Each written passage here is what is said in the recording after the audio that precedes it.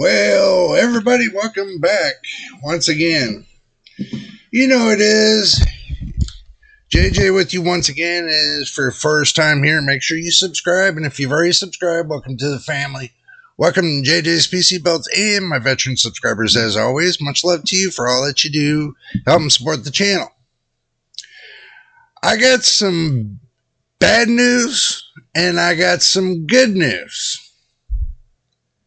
Bad news is the M.2 SSD did not come in. And this is another bad news right here. But I have to have it in there in order for, the internet. I didn't have a long enough cable, so that's another bad news. But the good news is I found a drive. I took the drive out that I was using for my my sleeper build. Plus, I took out the power supply too, so I figured why not? So I plugged it in to the build. Now, the bad news is about this is that it's a regular plattered hard drive. But we will see how it tests out. We will go through the BIOS to start off with. As soon as more people arrive, then we'll go up into the BIOS kind of thing. Oh, Jesus Christmas. See, I said Jesus Christmas. See, now I'm going to have to check, make sure that I'm live.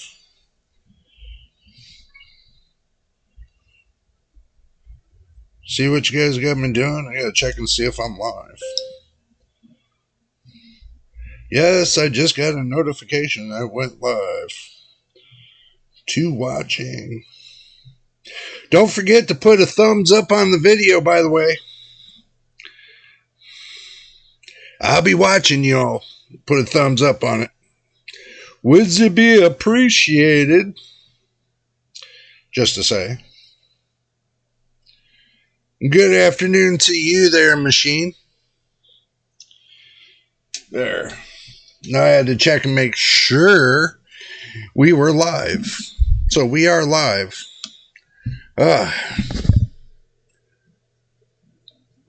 Hey, Theron, welcome.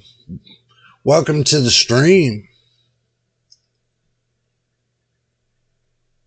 Oh, your son? Cool.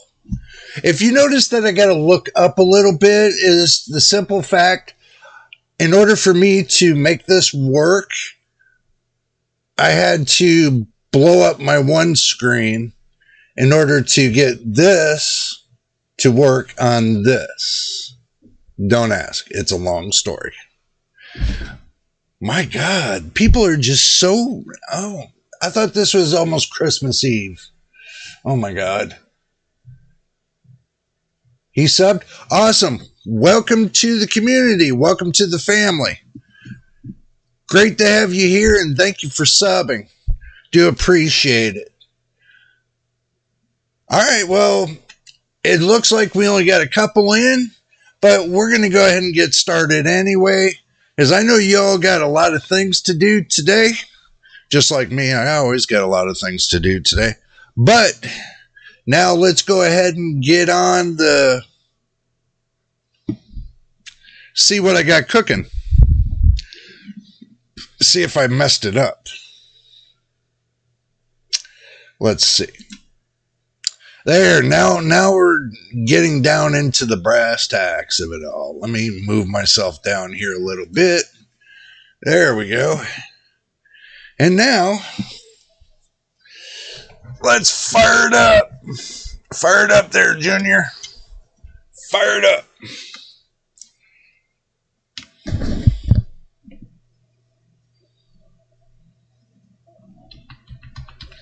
Gotta love that delay.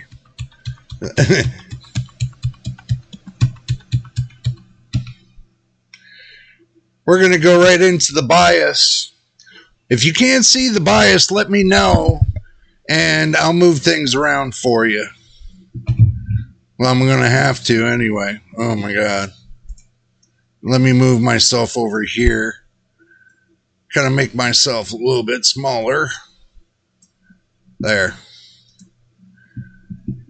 Now I can see what I'm doing. Okay, this is an ASUS BIOS. What the hell? There we go. A lot better now. And I got to move myself up here. See? There. Now we're fixed. Now you fixed me. Okay. This is an ASUS BIOS. This is the ASUS TUF B550 BIOS. Okay. Now, the only thing I did different on this BIOS was nothing. This is stock, basically. But we're going to go over here. The only changes I made were an AI tweaker. I made this 3200 right here, 1600 for the F clock. And I made the CPU core ratio at 43.50. And you wonder why I did that. I did that for the simple fact that it cannot overclock itself to a next level to where it's going to take and cause instability. That's the reason why I set the clock instead of on auto. I set it right there at the max at 43.50. And that. Now, I did turn on ASUS Performance Enhancement. This is the new AI enhancement they got for the B550 motherboard. Are y'all with me or what's going on there? I just want to make sure y'all are with me. So. Okay, now, if you want to overclock, everybody talks about Precision Boost Overdrive.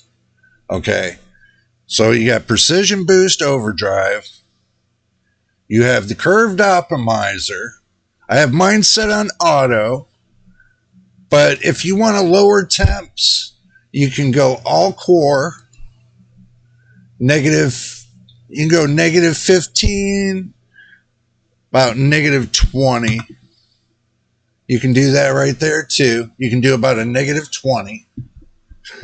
Cool.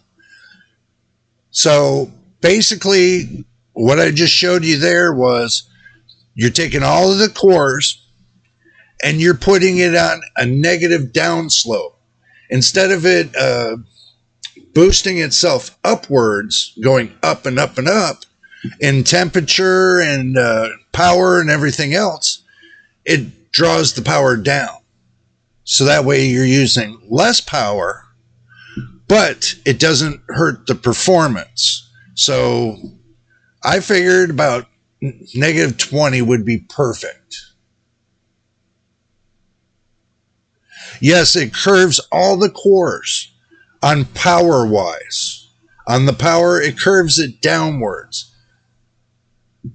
So, and that's what you want it to do. But I'm leaving mine stock right now for right now. Okay. Because we're doing testing between being on stock, somewhat stock, and testing when you do undervolting.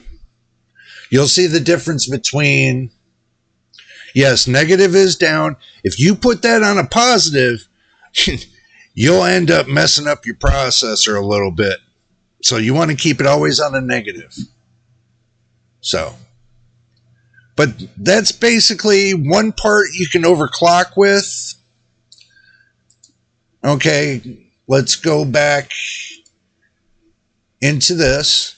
And what I usually do is I come over here to the VDDCR CPU voltage. See where it says auto? I change that to offset mode. Now, make sure this is set at negative offset. And where it says auto, it gives you a little, right here, little description in what you're doing. It says minimal 0.00625 volts. That means it's downclocking the voltage even more. So I found that my sweet spot is 0.01250 enter. That's what I found my sweet spot at when it comes to downclocking the voltage. So between that and the PBO curve offset, it seems to keep the temperature down and the voltage down, but the performance still stays up. So you can do it that way as well. You can do both of them at the same time. That's what I'm running my system off right now. The same things I'm showing you, but I do not touch the SOC or the DRAM or anything else. I leave all that alone. I leave that on auto. I do not touch none of those. The only one I touched was the CPU voltage, because I want to bring the whole voltage as a whole down. Keep that in mind. As long as I'm keeping the voltage down, it should be okay. Now, when it comes to resizable bar, make sure you set it for on, and right here at the top, resizable bar, you turn it on. The SOC, I forgot the name of it. Oh my goodness. You're making me look now. Oh my God. I will find it for you.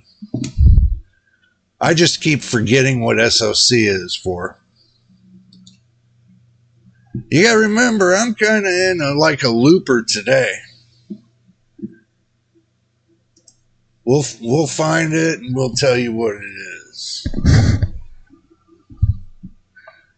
Yeah.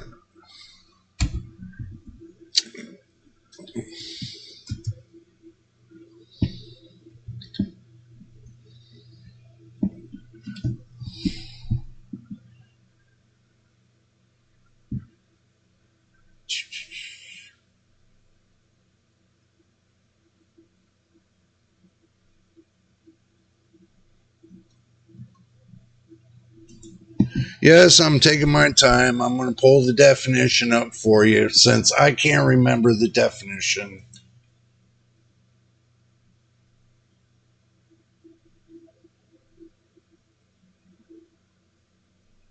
I doubt it's that.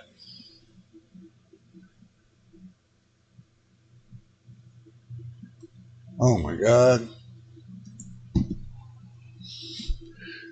Can't be that hard.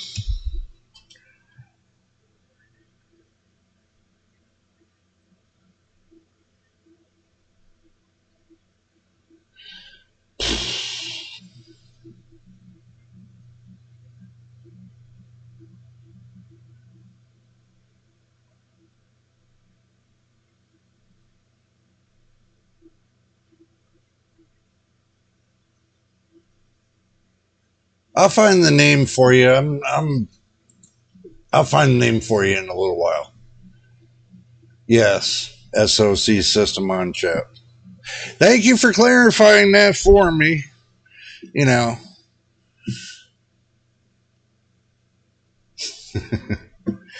It's okay. Don't worry about it. It happens. My mind just goes everywhere. So it's just, it's so close to Christmas too. Okay. Now, as far as anything else, when you first start up your computer that you just built, and you just walked into the BIOS, you'll walk into, if you're on ASUS, you'll walk into a BIOS like this. Okay, this BIOS right here you'll walk into. Right here, they got the temperature 40C. That's for the processor, and the 30C is for the motherboard.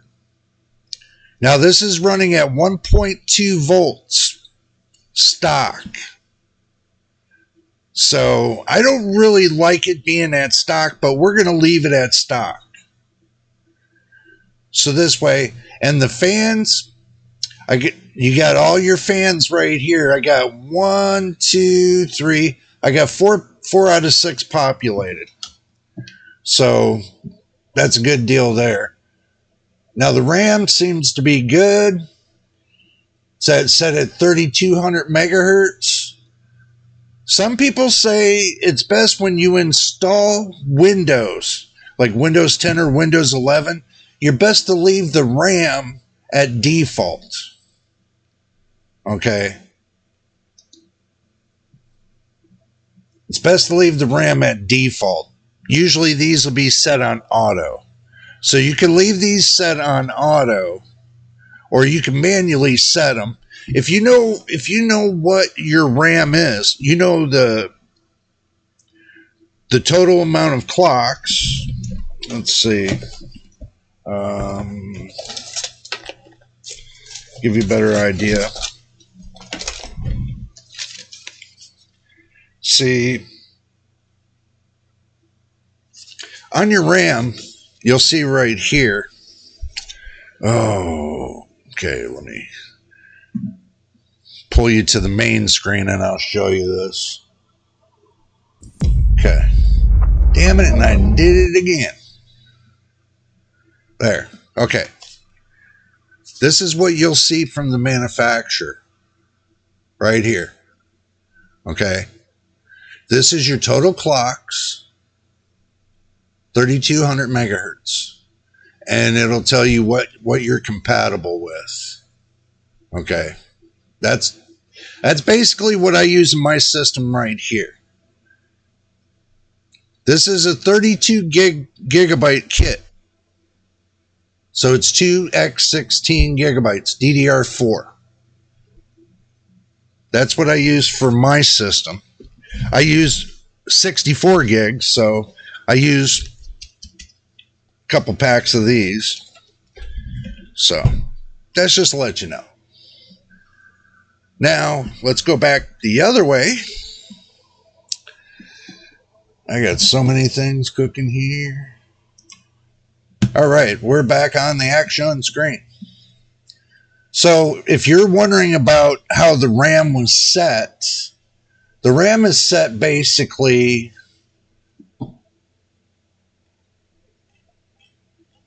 right here. Memory frequency, I set it at 3200.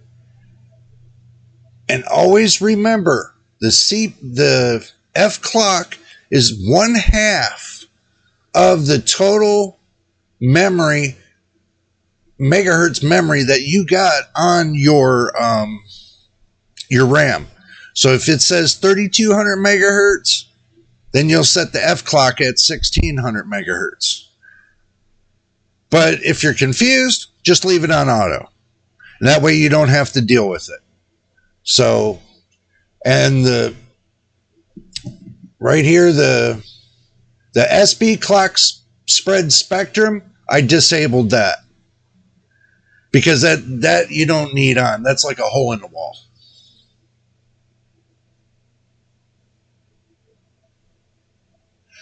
What I found was having 64 gigs of RAM runs a lot better than 32.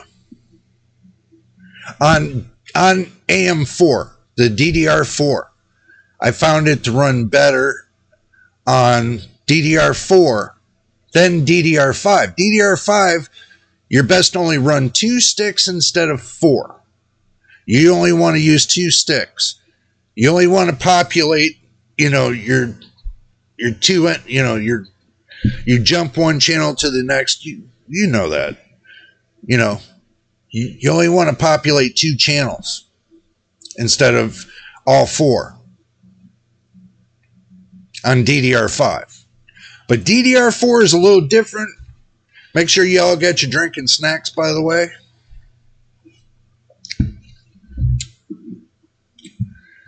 DDR4 is different from DDR5. People seem to get that a little bit mixed up. Some people seem to get it a little bit mixed up when the motherboard manufacturer tells you only can run your motherboard at the max of 3200 megahertz, but you can overclock. See, there's a difference. You can overclock. If your RAM can stretch from 3200 megahertz up to 4400 megahertz, this is DDR4 motherboard. If it can stretch from point A to point B, then you can do it. But if you can't do it, then don't do it. I keep mine at the max level that when I bought the RAM, it was set at 3200. That's what it's set at. So I left it as that. I don't push my RAM above its specifications. You don't want to do that. You'll turn around and degrade the RAM faster by trying to overclock it compared to running it at its max. You'll degrade it a lot faster by trying to overclock. And plus your system will become unstable, so you don't want an unstable system. So that's one thing you got to really look at. I don't want an unstable system. None of mine are, so I'm not worried about it. How would you know it can or not? What, instability? Well, you can tell when you set your BIOS up and you don't move forward in Windows. Windows keeps crashing and everything else. If your BIOS is not set up correctly, your Windows will crash. You will blue screen like crazy. You don't push it beyond what the manufacturer says, on its specifications. Now, if the manufacturer tells me that this is 3200 megahertz right here, 3200 megahertz, that's the max. That's what I use.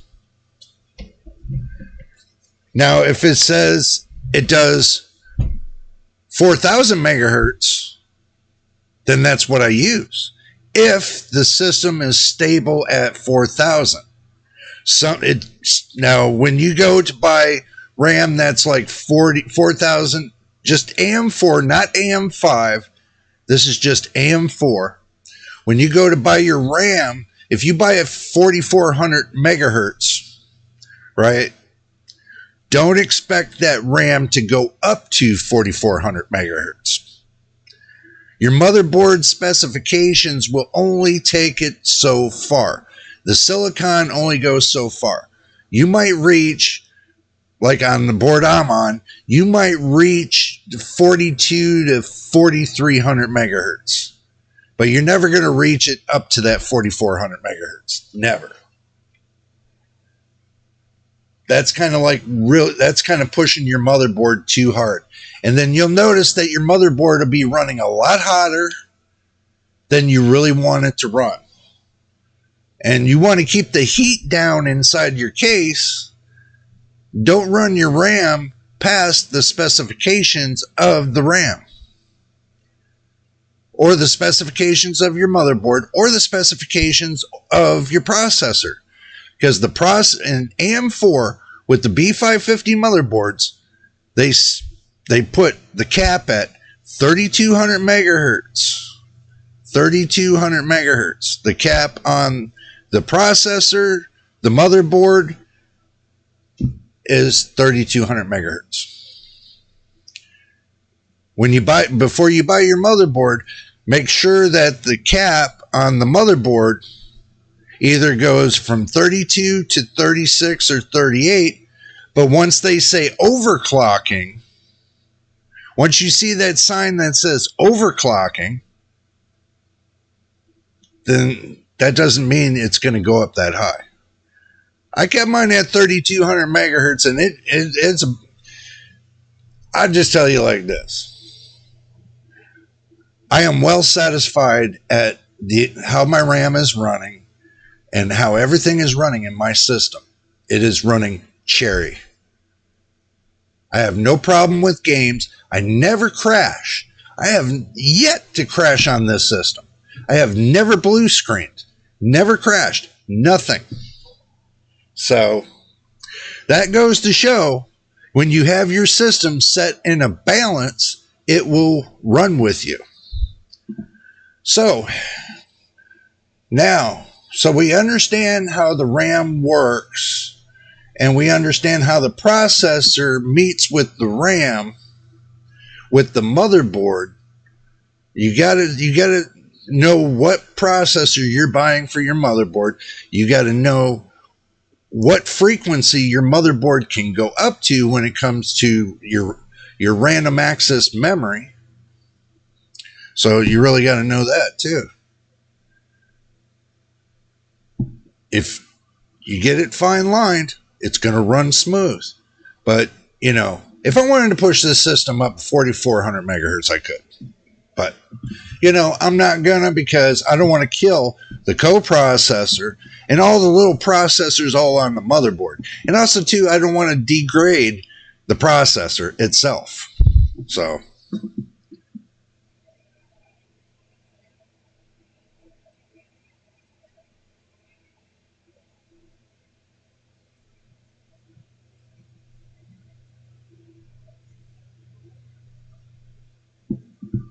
truthfully, not really. I've already had a couple people tell me already that they're running the AM5 motherboard,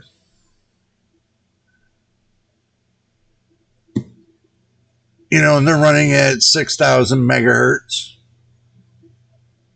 But I'm getting 100 more FPS than they are. And they can't figure out why. Well, maybe because their motherboard specification was at 5,600 megahertz. See, the fine lines. There'll come a fine line to the specifications to where it'll cut off at a certain point. And once you start seeing those OCs, that's the fine line. That is the fine line. See, but some of those motherboards for AM5 are 5,600 megahertz. If I had a motherboard that said 6,000 megahertz, that's the fine line, then I would run it at 6,000. But if it says 5,600, you're just spending more money for no reason. You know, you're just wasting your money.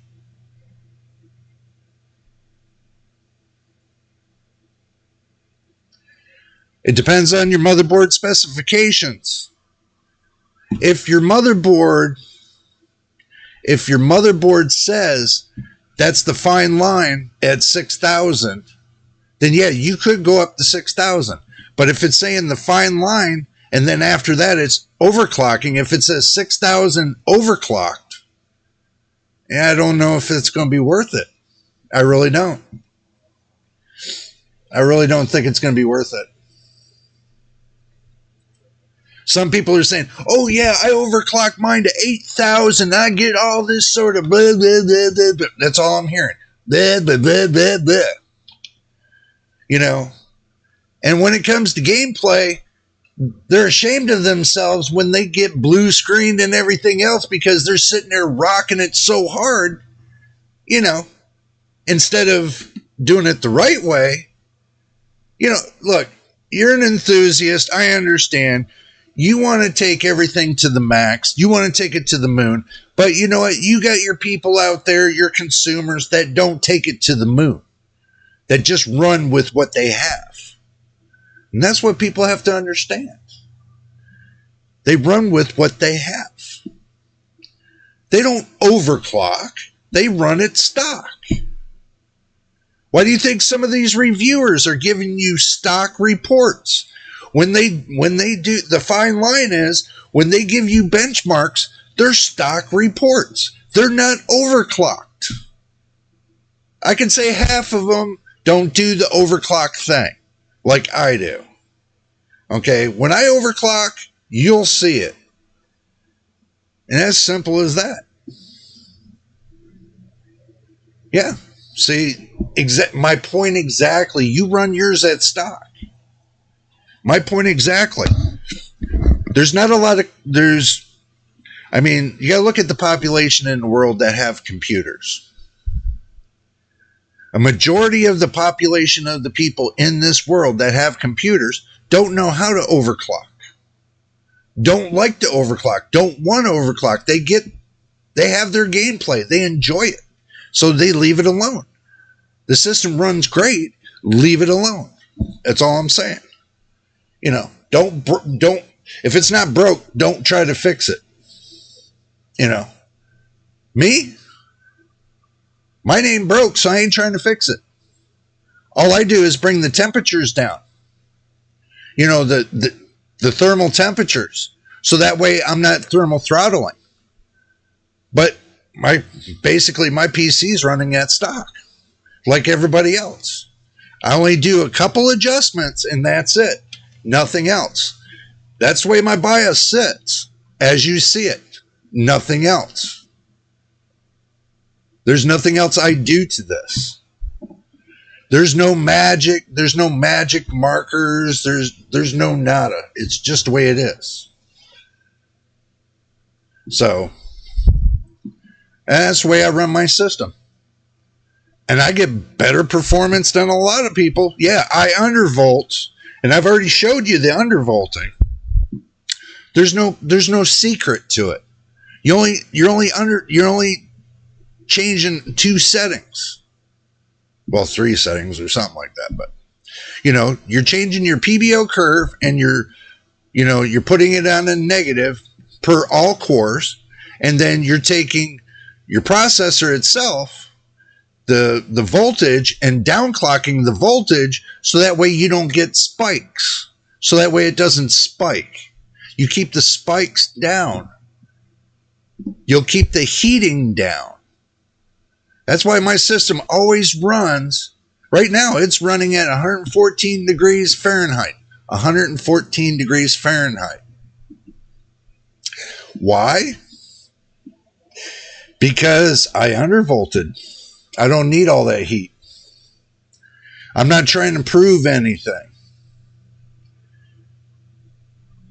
When I benchmark on the same preference. My BIOS never changes. Nothing changes. The only thing that changes is the software. That's the only thing that changes is the software. That's it.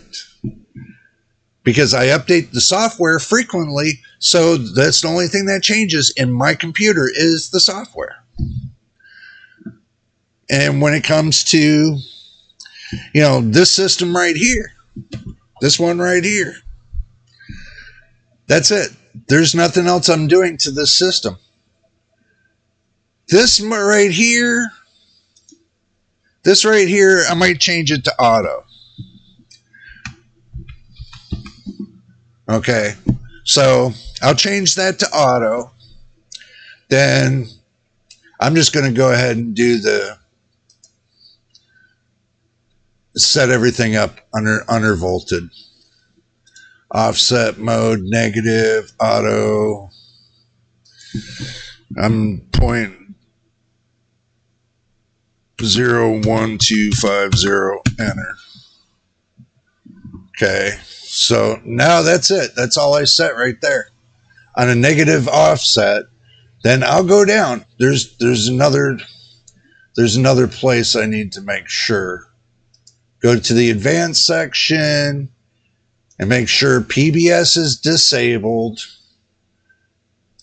Because if you got a resizable bar on, you don't need PBS. PBS does no good. NVMe configuration. We don't have any NVMe drives, no M.2s. We don't need anything else. The APM configurations. Now, we can go here to overclocking for AMD. hit accept. Let's see. Anything else that, nothing in here. You do not need to be in here. I'm going to state this. You do not need to be in here. There's nothing in here for you to see. Unless you know how it works, I would suggest not even be in there. So make sure your TPM configuration's on. Okay. So now what I'm going to do is I'm going to go to my Precision Boost Overdrive, and I'm going to leave everything at auto and hit Curve Optimizer, and I'm going to click All Cores, and I'm going to leave it at -20, and that's it. I'm done. Nothing else in the BIOS. I'm done. There is nothing else to do. There's nothing else to touch. So you just go to your exit, save changes, and there's all your changes right there. All your changes that you just made. And then hit OK. Boom. You're out of there. Now, the system has to go through system cycling. So now we're going to let it go through the system cycling. There's nothing else we need to do in the BIOS. That's it. Done. You don't need to mess with nothing. Set it and forget it. How about that? Set your BIOS and forget it. Set it and forget it.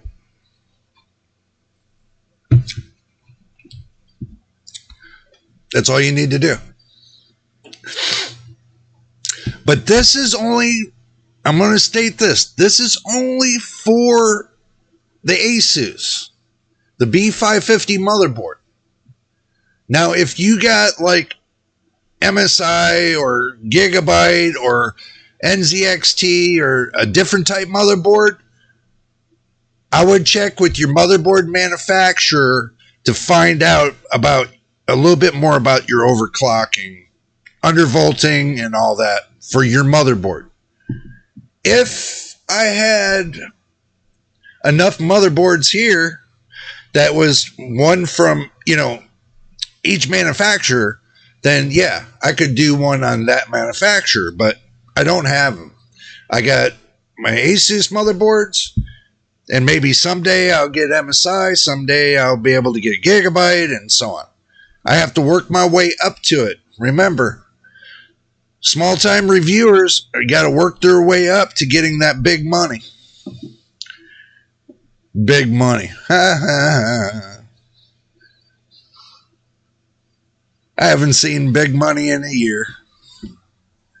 So, and trust me, I'm not getting paid for this. I'm doing all this on my own. All this time that I put into all my videos, it's all me. No one pays for that. It's all me.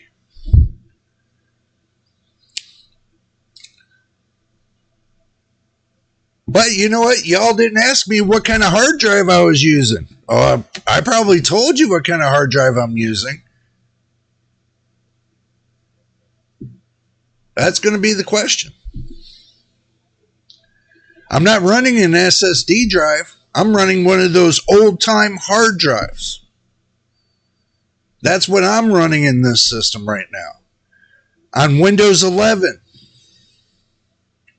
Everybody knocks those plattered hard drives. Those standardized hard drives. Everybody knocks them. Don't knock it until you've rocked it. So,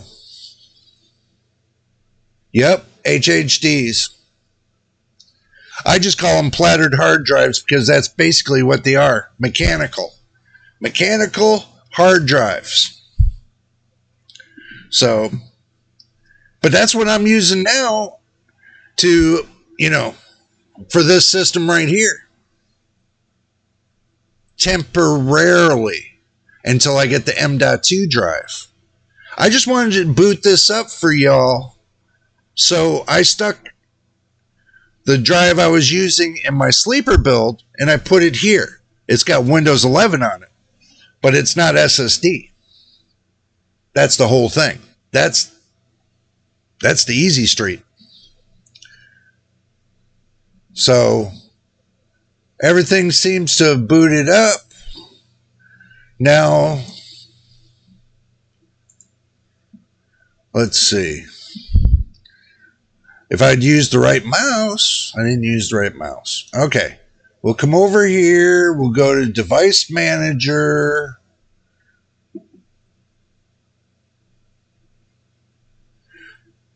That's the first thing I do is I'll go to Device Manager, and you want to make sure you have nothing, no outstanding drivers whatsoever. Everything looks like it's loaded up properly. I got no outstanding drivers whatsoever. So that means I got it all set correct. So there's nothing else you need to do there. Now this is the point. I'm going to run Heaven Benchmark. I'm going to run Heaven Benchmark. I'm going to run it at DirectX 11. I'm going to leave everything else off. And I'm going to hit run.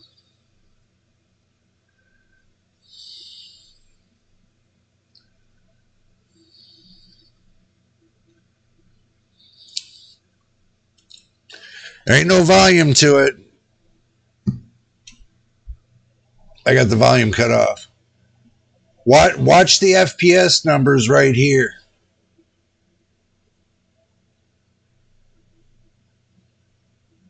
Look at it, hitting 500. Look at that.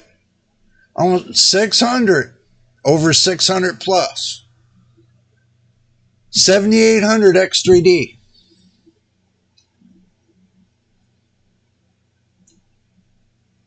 When SSDs got released, I wasn't interested in these 64 gigabyte models. But 3 years later, we're good enough. Yeah, they were good enough. Well, I got a 256 gigabyte mechanical drive that I'm running this PC off of temporarily. I'm not going to run it permanent.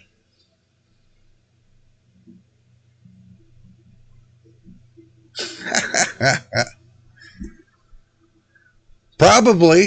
I probably could. I don't know. But as you can see, it's not, I mean, I'm running Heaven Benchmark. It's not running too bad, you know.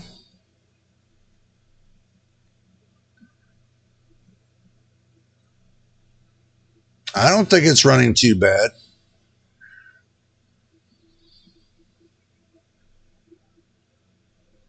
Let's see. We'll minimize this. We'll minimize this. We'll go to the little folder that I done set in here. We'll go to GPU-Z.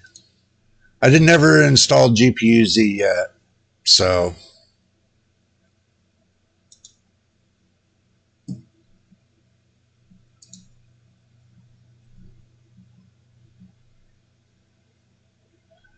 yeah.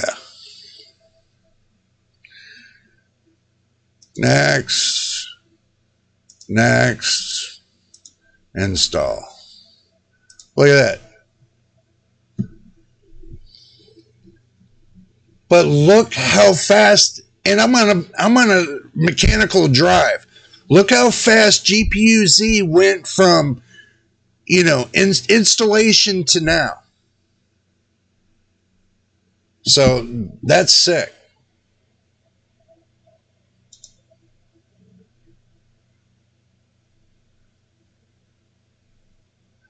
Oh yeah, I know what the problem here is. Some bitch. You know, I don't know what window, I mean, what AMD did, but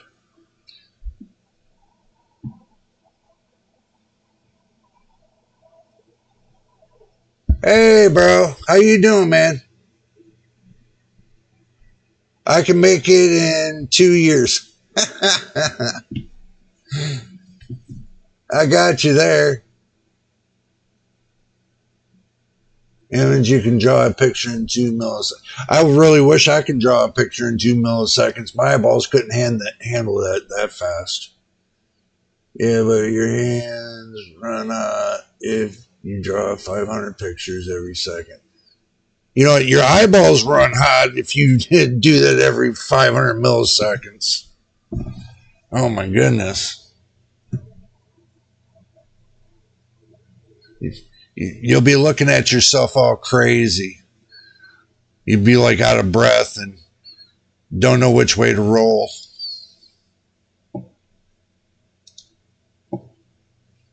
Am I wrong? I mean, think about it. You'll be so out of breath, it'll be like sickening.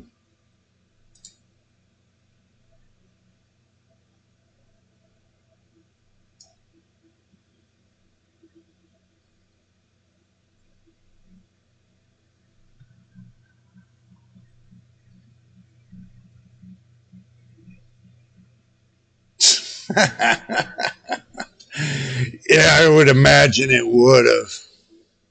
I would imagine it would have. Oh my God.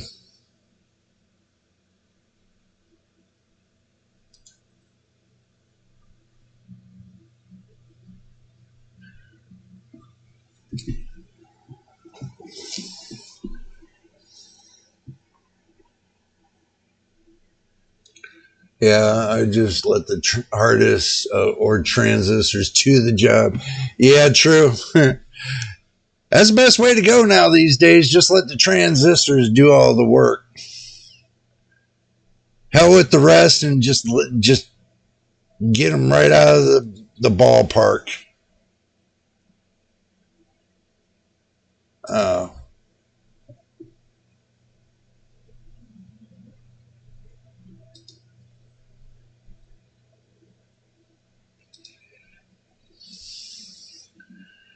all right. I got too much.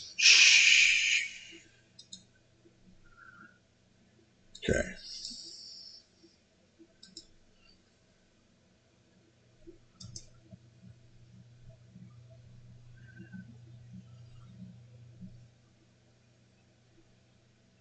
Just give me a minute. I'm just fumbling around with stuff.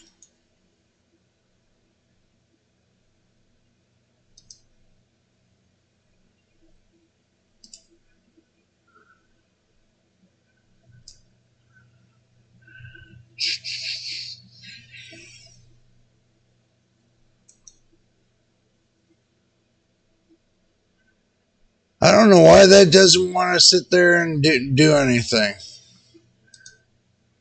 We'll figure that out later. Huh. Do remind you, I do not have this system fully set up. I'm not going to fully set this up onto this standard hard drive. Just to let you guys know that. But you can see that we're getting 600 FPS. I mean, can't complain about that. I mean, geez.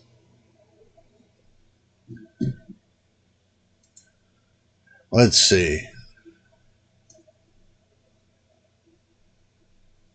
Let's see.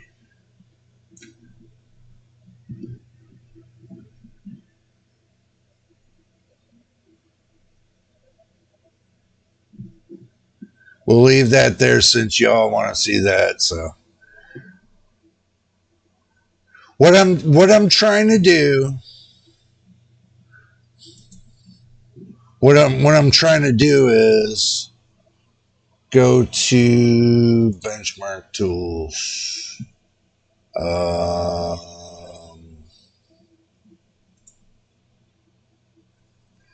Let's see.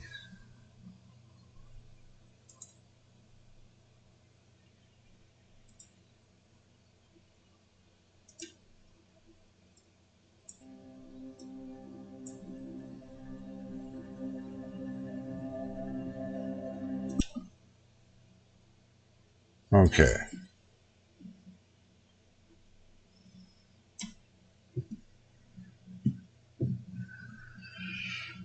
Alrighty.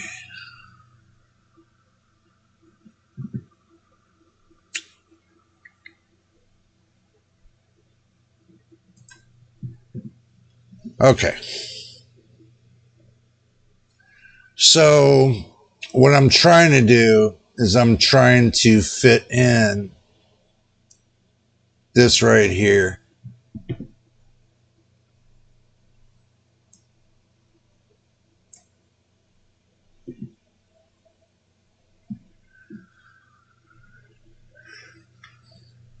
Now, as you can see,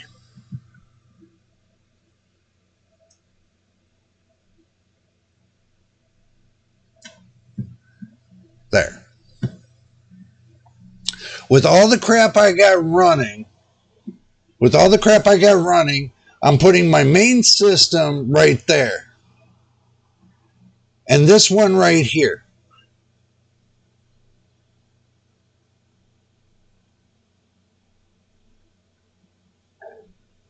You haven't. You should. The way I stress test is I stress test it for the reasons of doing the settings for my bias. Okay? And after that's done, then I go and stress test graphics and everything else to see where it lands. Now, I'm testing for heating, if there's a lot of heating or not.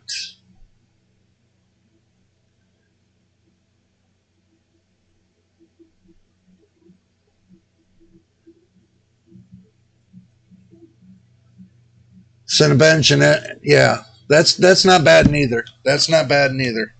I got Cinebench and I got MSI Afterburner on my main PC, but not this one here.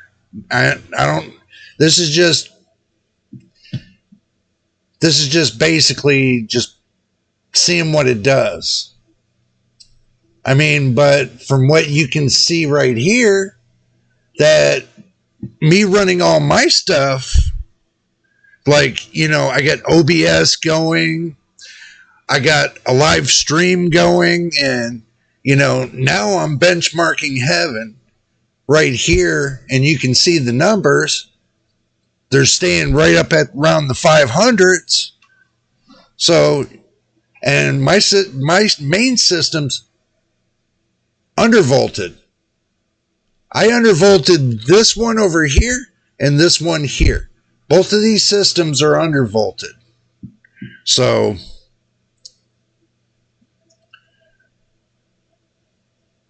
and this one's got the 7800 XT over here to my left. To my right, this one's got the RTX 4070. And they're running about equal with each other. Within a matter of 0.5%. So, I mean, can't beat that. I mean, truthfully, you can't beat that. These two systems here are basically almost equal with each other. So, as you can see, when it comes to the overclocking, it is what it is. Let me make this screen a little bit bigger now. Oh, lordy.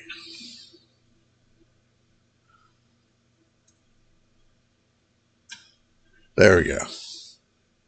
There we go. So as you can see, you know, I mean, Heaven Benchmark is a really good for telling you what you need to know. You know, as far as what, you know, pushing it with all aspects, it will work for you. Now, me, I like pushing mine to the limit. So I push mine to the limit. I'll push this right at DirectX 11. I'm going to push this down to low. I'm going to turn off all the excess shaders. And I'm going to push this. You know what? I'll just push it right like it is.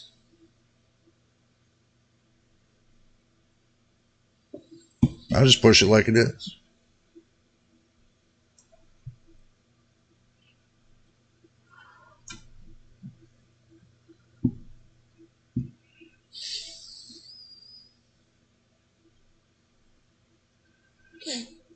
That's not too bad.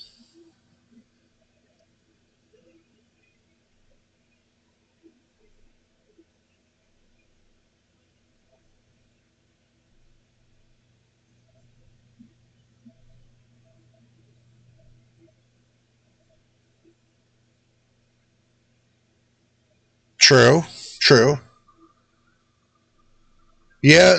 See, the thing is this: you want to use less wattage. You want to use less wattage as possible. Okay. You want to use less wattage as possible to get more performance. Okay. A lot of people make that sudden mistake that they think that they have to have more watts in order to get more FPS, which is not true. That's a fallacy. You know, you can pump all the watts you can out, but guarantee, all you're doing is killing your processor.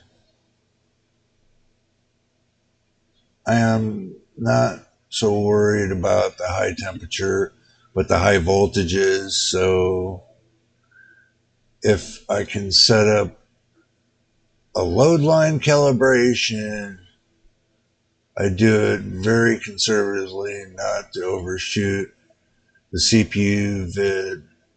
Once there, no more load. Well, your your motherboard, your processor, your graphics card, and everything else will only consume as much as you push them for. So let's say if you only want your processor to consume 60 watts, you can set your processor to only consume that 60 watts to its max by undervolting it. If your processor is a 65 watt processor, okay, then the most you'll ever get these up to is 85. And I can tell you that because I got both of these systems right here. And I can tell you they never reached over 80 watts. So that used to be true when you could truly overvolt. That's overvolting days. But this is the days to where, between AMD and Intel, they've already overvolted the processors being stock. That's what a lot of people don't understand. They have already overvolted the processors at stock. That's why everybody's getting these weird voltages and stuff, and they're sitting at stock. That's the reason why you undervolt, to bring it back into perspective, to bring it back down to where it needs to be, so you're not killing it. So you're not killing your processor. I watched how these companies been doing things, and they've been rocking the piss out of the processors by overvolting them at stock. So that's just my opinion. And I've seen this many of times already. And I've already asked around to a couple techs. And they said the same thing that I'm thinking.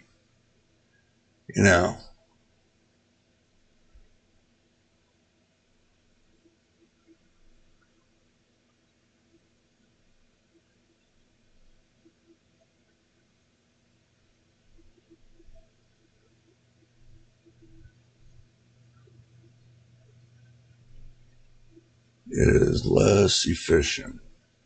So people overclock and undervolt. the same time for higher clocks, but less stability. Truthfully, to be right down there, to be right down there with you, I undervolt my processor for the simple fact it keeps the heat down, and I don't need to. Your processor, you only need to rock it at 30 to 40%. Okay, if your processor rocks over 30 to 40% usage, and you're getting 50% usage, and that's set in stock, then you need to tone down your processor a little bit. And that's exactly what I did. I toned down my processor for the simple fact it doesn't reach over 30%, but it still runs my GPU at 100%, so I'm still getting the performance overall. My performance doesn't change. It gets better.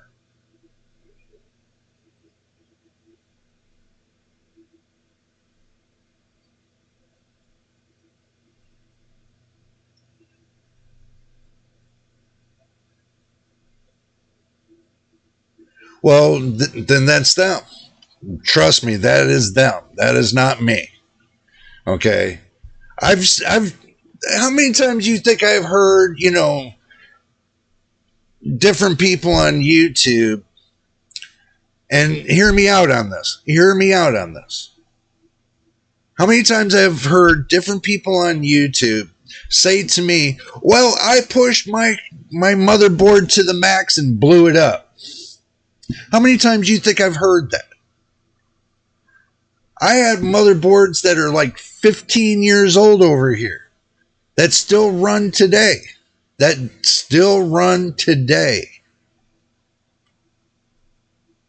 I don't need to prove anything when it comes to my gameplay, because as you can watch a couple of my game videos, I'm getting better performance than a lot of people are with newer, more advanced, motherboards and processors and all that. So I don't get it.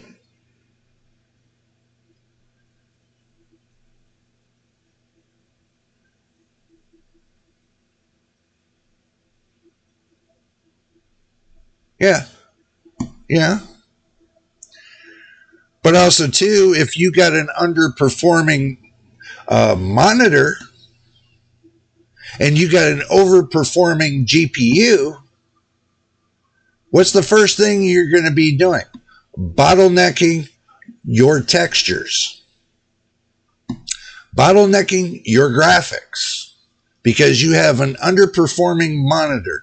You know how many times I heard people say, well, because I'm getting screen tear and this and that. Well, maybe because for the simple fact that your monitor is not set up that it goes above and beyond your graphics card in order for your graphics card to manage it. Come on, think about it. I've had many people go back and forth with me on this. And I've always told them like this. If you can get a monitor to go at 1440p at 250 hertz, okay, and you can utilize that 1440p into, if I remember right, with NVIDIA, you can take a 1440p monitor, but you can twist it a little bit, and you can make it 2160 4K. But it still runs at 1440p, but it will look on your screen as 4K. And I've done this already. I've done this with my 1080p monitor. I've boosted it up to where it looks like it's running 1440p, or if it's looking like it's running 4K. And it's a 1080p monitor. It just makes the pixels smaller. That's all it does. When it goes up to like 1440p to 4K, it makes the pixels more dense, smaller. So if you got a great GPU and you got a crappy monitor, it's gonna play hell on you.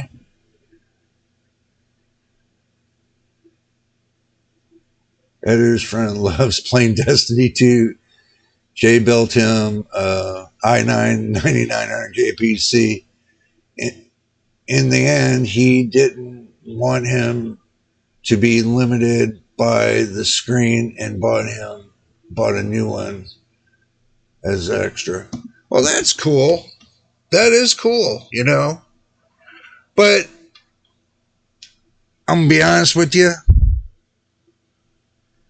When it comes to Intel used to be the shiz. They used to be the shiz when it come to multimedia technology back in the 90s. But when AMD rocked in, they rocked in with their MMX technology and their 3D Now technology, and they took the computer world by storm. But nobody ever gave them credit for that.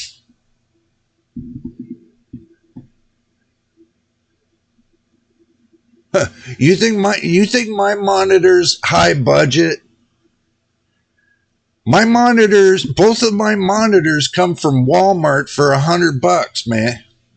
$100. I spent on my monitors $100 each, $200.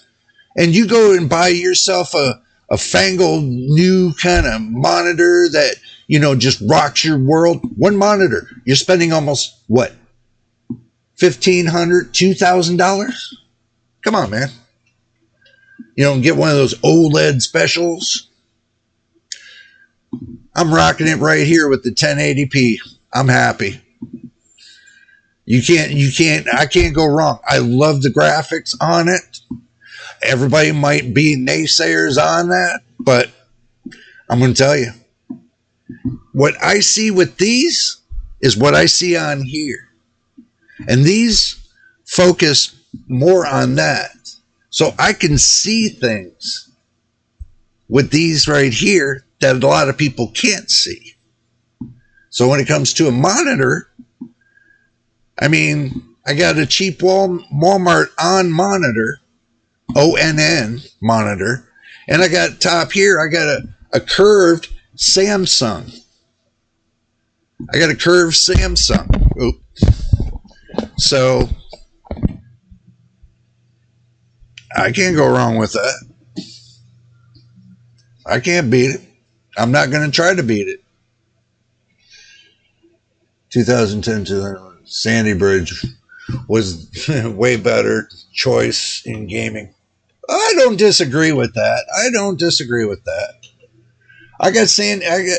Believe it or not, I got a computer right over here that's on my floor that's Sandy Bridge. I'm not knocking it. Trust me on that. Well, there. So y'all can see me a little bit better. I'm not knocking Sandy Bridge whatsoever. I know y'all are seeing that too. Goddamn glare. Ugh. There. Keep that son of a bitch right there. Oh, I got this one right here. It's a curved monitor. It's just slightly curved. It's just like the center. It's just like somebody sat on the damn monitor. That's what it was. To me, it doesn't make any difference than a regular, flat LCD. So,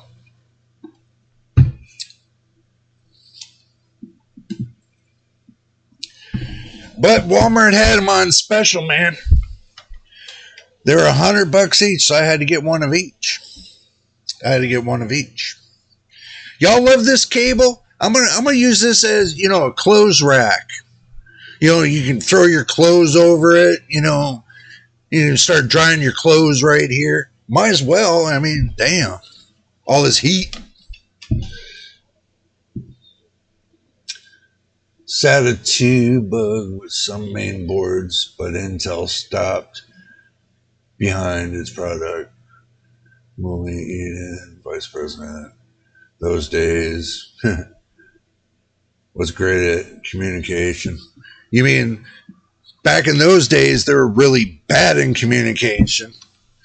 Look, AMD has its faults, and so does Intel. Okay, back in the day, in the early 80s, from 79, when they started taking off in 86, really cranking them out. And it come to it, compatibility was an issue. When you get your PC parts, it was a compatibility issue. Because they don't make the parts like they used to. If you get yourself a Hewlett Packard, now these days you got a proprietary system. Basically, you can't do nothing with it other than buy the parts from Hewlett Packard. Back then, to this day, when they were Packard Bell, they still doing the same crap. They are still doing the same crap back when they were Packard Bell all the way up. So they haven't changed nada.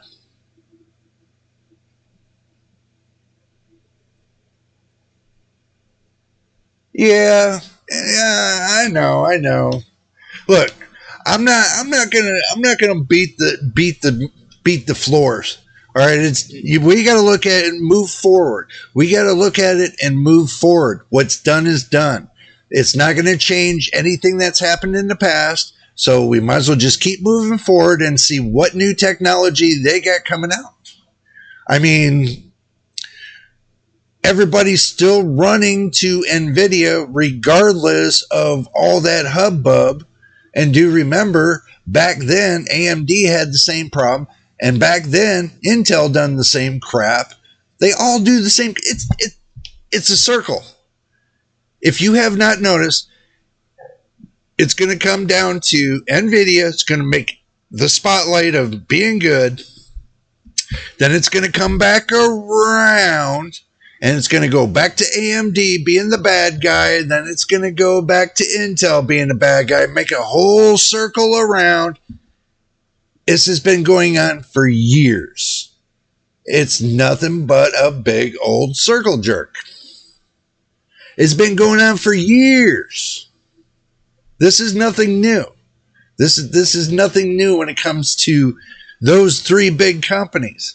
And all those little companies that are around it, they just follow suit. That's all they do. It's the same everywhere, man. It's been running the same way, the same game ever since they first broke out of their shell in the late 80s.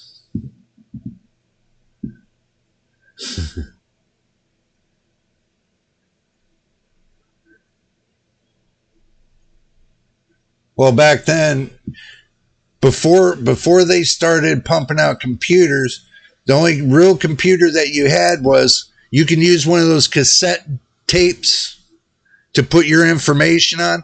Oh man, that is one of the roughest computers I've ever used. Was using a cassette tape for your data. That was the roughest thing I've ever done. Today in forums, I read RTX 5000 is bad news for consumers because AMD targets 7900 XT performance for $400 to $600, and they are not sure if they can beat a 4080 Super. I look forward to Navi 44 a lot.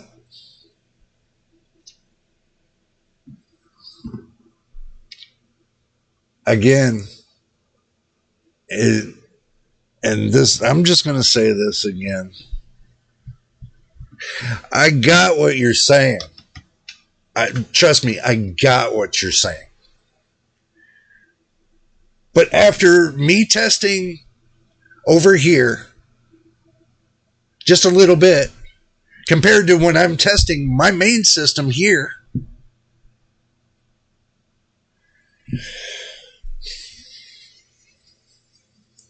I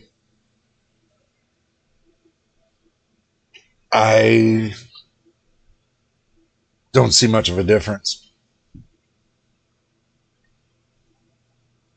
Truthfully, I don't see much of a difference unless I'm using ray tracing on, for NVIDIA, or I'm using mainly rasterization for the 7900 or 7800 XT.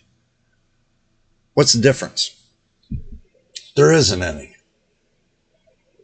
You're just paying the price.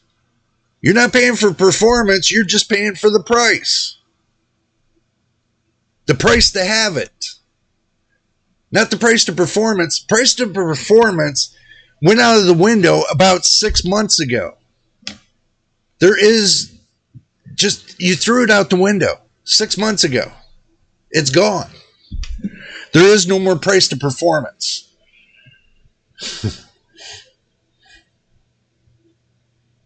All seems a circle all over again. Yeah. NVIDIA intentionally gives hints when 4060 gets released, and AMD can adapt for some more marketing share. So NVIDIA is safe from getting split up. Yeah, well, true. That computer does look... Well, thanks, man. This one, or... I know you guys seen my other one, so I've showed that many of times on many of my videos, so you know what mine looks like. And if you don't, I'll get you a picture, and I'll send it to you. Of course, your system is better because you could use it longer already. But as you said, your creation is a custom product. Yeah, true. That is true. I've always said that you don't make the parts for your computer. Manufacturers do. So that's not part of your creation. Part of your creation is when you put it all together in your own way to make it the way you want it to make it, then it becomes your creation. The case isn't your creation. The graphics card is not your creation. The fans are not your creation. None of this is your creation. But in your mind, when you put it all together, that's your creation. That's it. That's all you can stake claim on. Other than how to set up the BIOS and the operating system, and that's all you can stake claim on. Nothing else.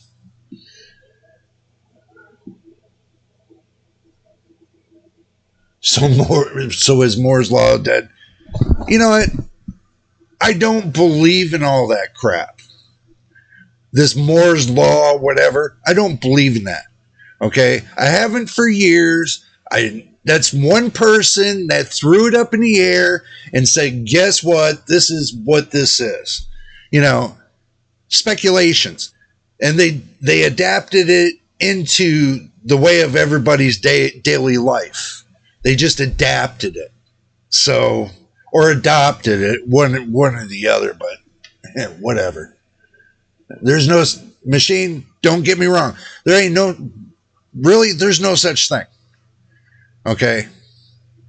It's how people perceive it to be. That's what makes it this way.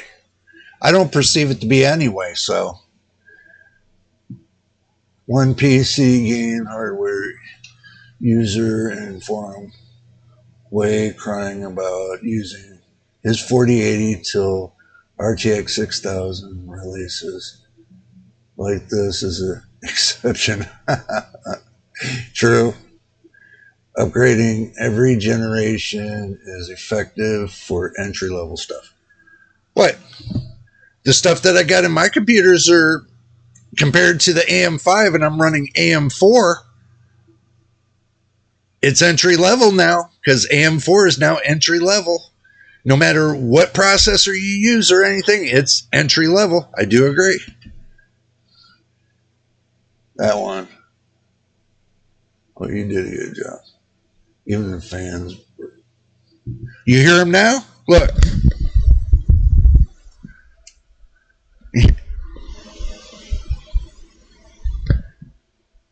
If I put this glass piece on, okay, you'll never hear the fans. These fans are running full bore. These fans are running to their max right now. Once I put this cover on, you're not going to hear those fans. I've preset all the fans in the BIOS. Full bore. So, adapted and adopted. Actually saved time. Yeah, true. So, y'all can see it can game.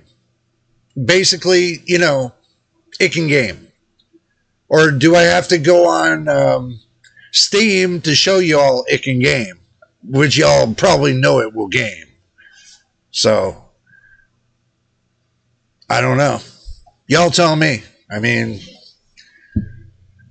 doing Heaven Benchmark, I didn't see a problem. I didn't see no artifacting. I didn't see nothing.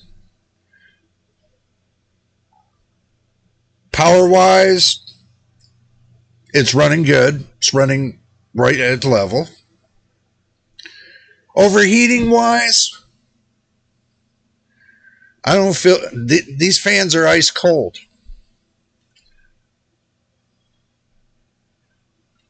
It's ice cold.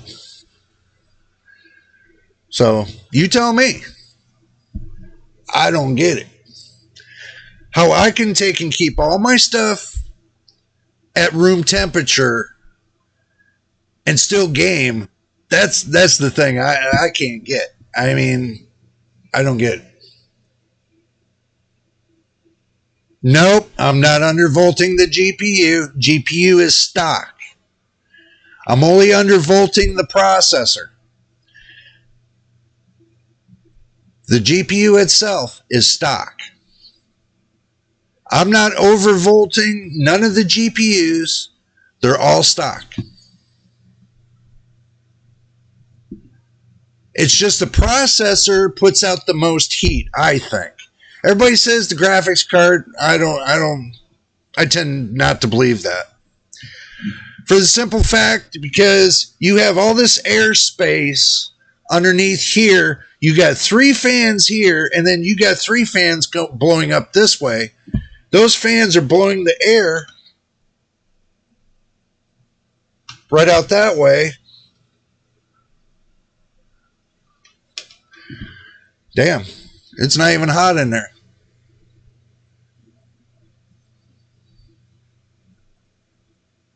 Oh, ouch. That's 180 degrees Fahrenheit, man. Come on, man. You need to see this. Come on, man.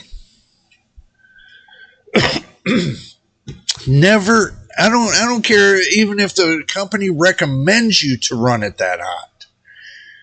Do not ever run any kind of transistor that hot. I mean, you're not running an amplifier. I mean, come on, man. Yeah, it is. I mean, I'm even looking at... Hey, no, hold on a minute. Oh, we gotta have somebody bringing in a laptop here. Come on, guys. A laptop, really? No, I'm just kidding. Too bad my laptop CPU i7 12 650H runs stock. I haven't yet checked some new Intel Extreme tuning. You should check it out. You should. In utilities, but I bet I cannot undervolt it. No bias settings too. Why is that a RAM? Is that like a RAM bias? That's a good question. Basically, now they got the what they call a RAM bias, a ROM bias, to where everything's running on a ROM basis.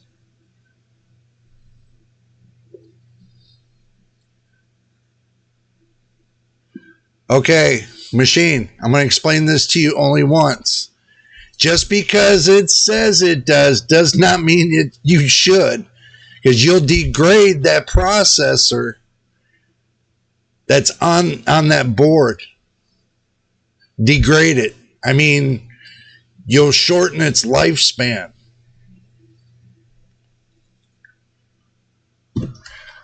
Okay. I have processors. All right.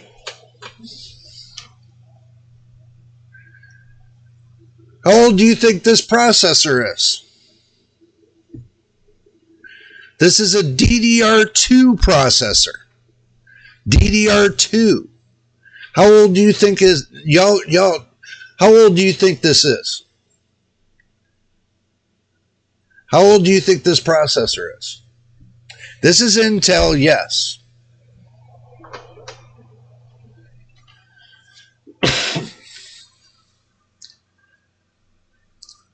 But my point was, it still runs.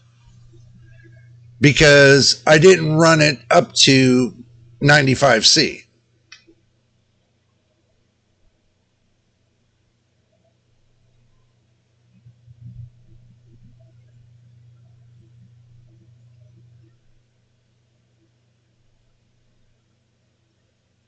Oh. This? This? That's not a Core 2. That's not a Core 2. This can handle DDR2 and it can handle DDR3. It's an i5 2400. It's an i5 2400.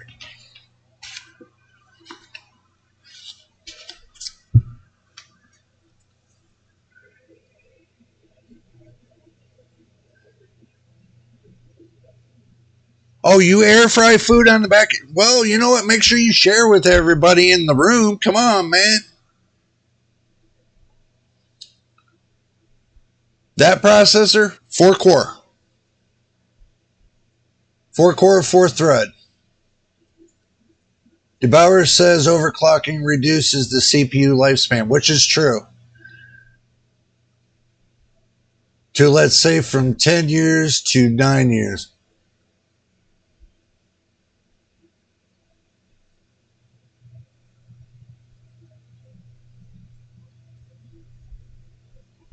Yep, that's the processor.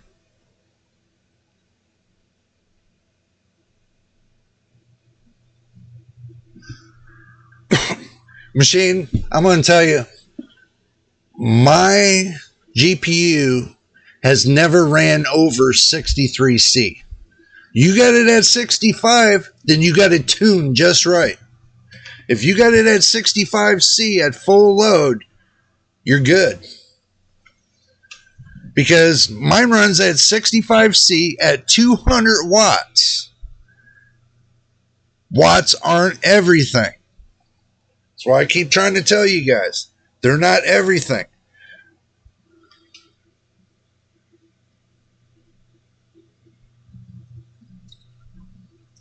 Because at 200 watts, you should be running higher than 65C. You should be running almost at 75, 80C.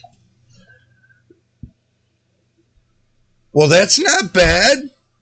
Hell, that's not bad at all. That's a very demanding game, too. That game's almost to the point where it crashes everybody's game, from what I've been hearing.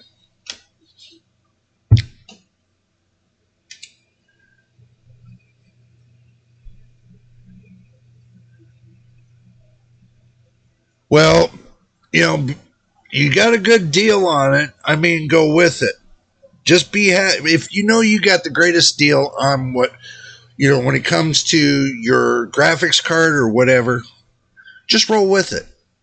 Just be happy with it. Just enjoy it. I mean, you don't see me out there running out there and saying, oh, my GPU sucks. I'm going to go get me a different one. You're not going to see me say that. I made the right choice when I got my 4070.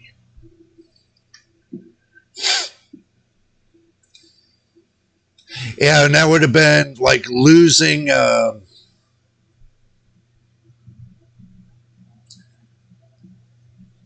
and, y'all can clarify the machine right here. Even if you got the 16 gig one, the 4070 will still push over 23% more than the 4060 Ti.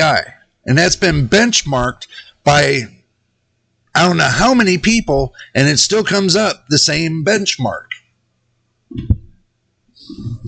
So, and it's still the same percentage.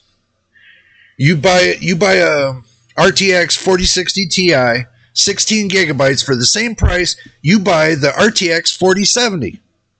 What? You lose 4 gigs of RAM? So what? It doesn't matter.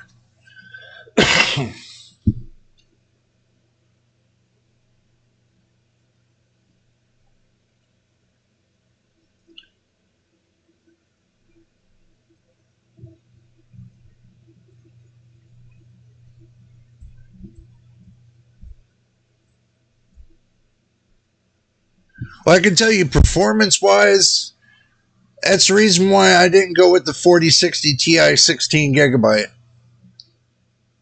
Just because it said it had 16 gigabytes doesn't mean it's everything. And and believe it or not, this 7800 XT, they got it down to $499. $499. And this will outperform the 4060 Ti 16 gigabyte because this is the 7800 XT 16 gigabyte. So I'm just giving, if you want to do apples to oranges, the 7800 XT was a better deal than the 4060 Ti.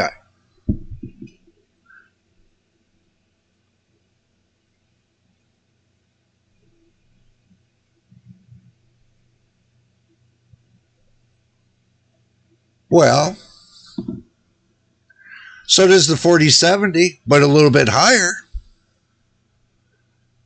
See, it all goes, and don't get me wrong, it goes into how you set your system up. You can set your system up to be a beast and to run hard, and make these games scream, But if you don't, then you run it stock, then you're just limping right along and telling everybody, oh, I'm only getting 30 or 40 FPS. I've seen many, quite a few people that have channels on YouTube do that. I just watch them limp them, their GPUs, just watching them limp. I'm like, and they don't even tell you sometimes if you look at their specifications when they're testing their GPUs, they're using a 12th gen processor. If you didn't notice that, look at the motherboard specifications with the processor. I've been watching some of these reviewers do 12th gen processors. Why? How come you're not doing the 14th gen? How come you're not doing the 7800X3D, and keep, doing the benchmarks? I don't get it. I really don't. This is something that just totally shocks me. When you got that much material, when you got that much material running in your stock room, you got that much material, and you're not running it and doing testing these graphics cards with that material. It just doesn't make sense to me. It really doesn't. I mean, it's bogus to me. That's how I feel. And I know you guys are going to say, they don't do it all the time. Yeah, they do it all the time. And I've been watching some of them benchmarks, and why are you running a 12th gen processor when the 13th gen runs faster and the 14th gen runs faster? What, you afraid you're going to bottleneck the GPU? Come on.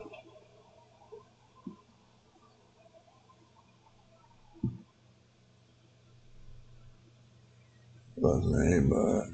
You got a gigabyte of stuff. PC, game, hardware. I know it's okay. Which can keep up with nicely compared to the now released 14900K. I'm going to agree with you on that.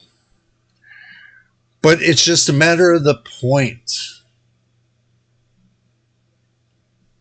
And yes, machine, that is a great deal. And I do agree. But it's the matter of the point. I don't know how many times you hear them saying, oh, the 4090, this and that, the RTX 4090, oh, the RTX 4080, oh, the RTX 4070 Ti.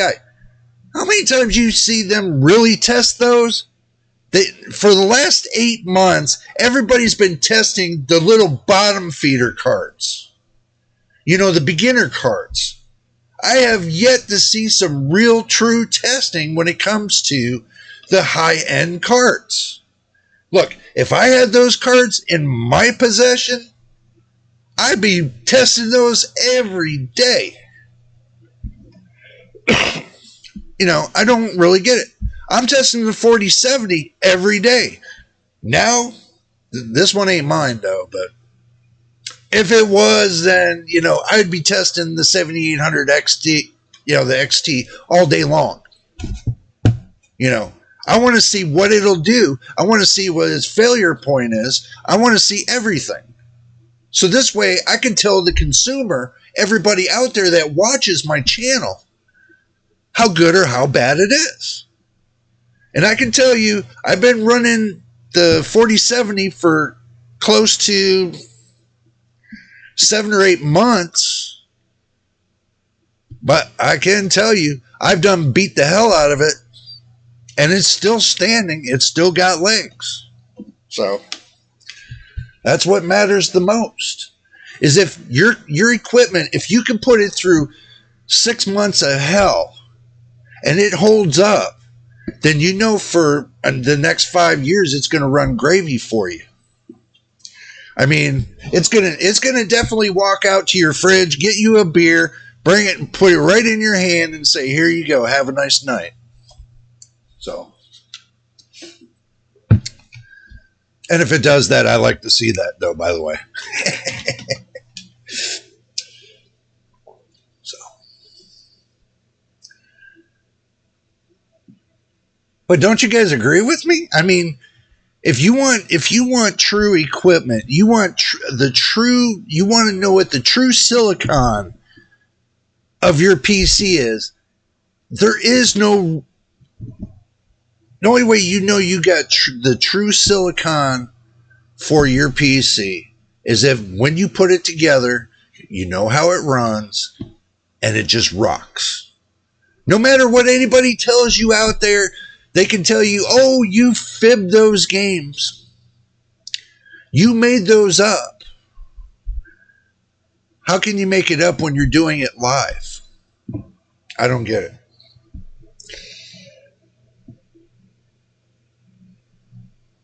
I don't get it. When I have somebody tell me, hey, I can't reach those numbers that you get. Why? What are you doing wrong? Maybe you need to reevaluate your system. And I've always said, test, test, test. And if you don't test, you're never going to get your system tweaked to the right points. People don't understand that. I've always learned to tweak my system and get it to the fine line. Not to where it crashes, but to the fine line of getting 100 to 200% out of the system. and I've always gotten it, so I never have a problem. They use a 13900KS and a GPU test system, the RTX 4090 for their CPU test system. Not all the time. I'm sorry to tell you, if you look at their benchmarks, they put down at the bottom in the little writing what they've been using. So you might want to look at the fine line to it. Just saying, look at the fine line. So is heat the number one cause of computer issues? Yes, it is. It is the number one killer of your transistors because they produce so much heat. You got so many transistors in a computer. They all produce so much heat. If you can't keep it under a certain level, then you're just killing your transistors.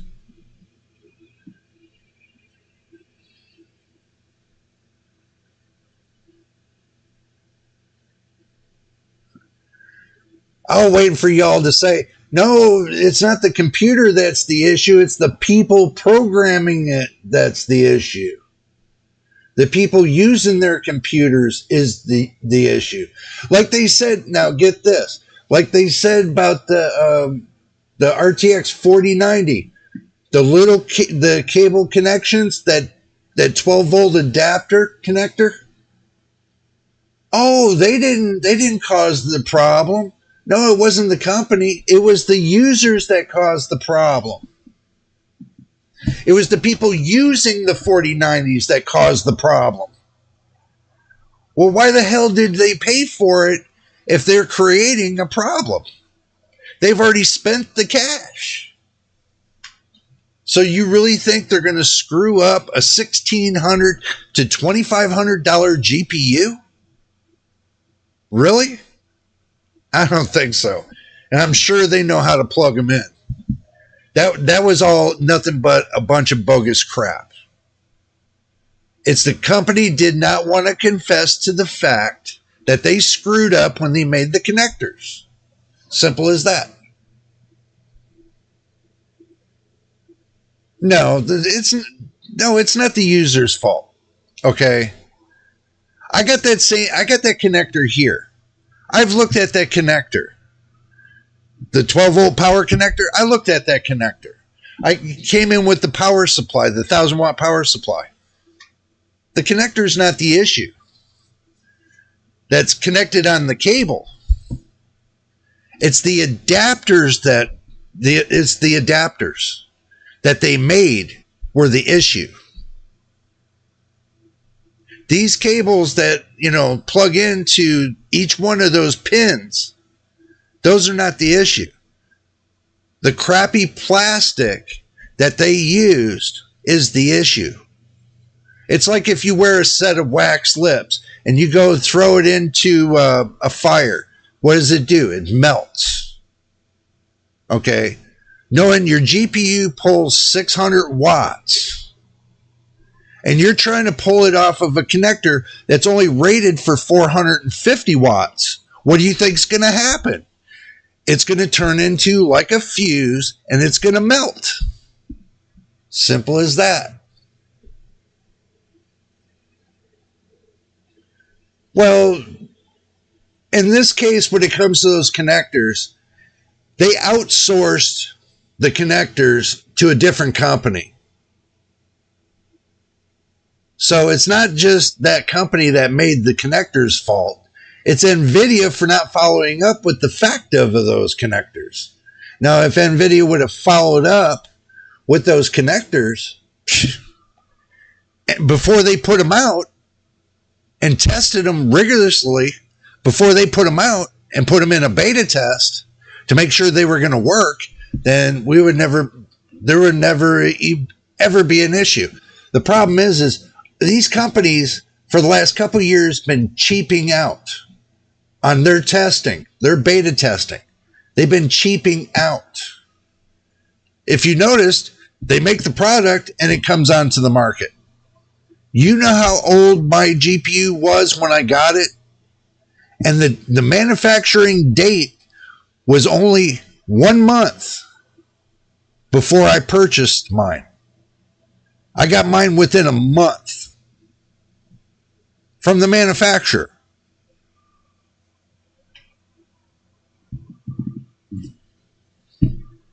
It's obvious.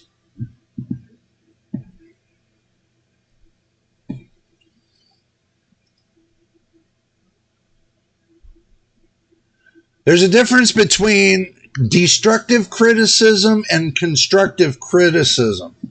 Okay, when I give constructive criticism to people, I do it to make them understand what the consumer is going through. The one that's throwing their last dollar into their product to buy it, to use it. That's what I do. I give them constructive criticism for the fact of they need to listen and learn, but they don't listen and learn. They don't even listen. They just run away to the next thing. They just keep running to the next best thing. They don't even stop for the fact to see how their consumers are doing. It's same song and dance when it comes to big business. As they get too big, they don't care. They're $1 trillion company. They don't care. I got their product. And that brings me to another thing. Did you not check on the news when they said they're not a GPU company? When NVIDIA said straight out they're not a GPU company. Think about it.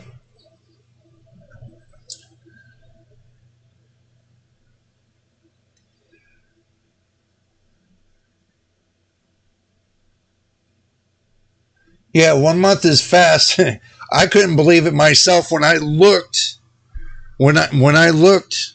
at the birth date of it and when I purchased it within a month. So that's telling me they're just pushing the product out there. They don't care. They're just pushing it out there. So no matter if it burns up or not, they're just throwing it out there. That's not good. That product should have had at least 4 months on it before it reached my hands. At least 4 months. So, it's just the way I feel, man. It's the way I see it, and I've been in this 35 years, so it's not my first rodeo.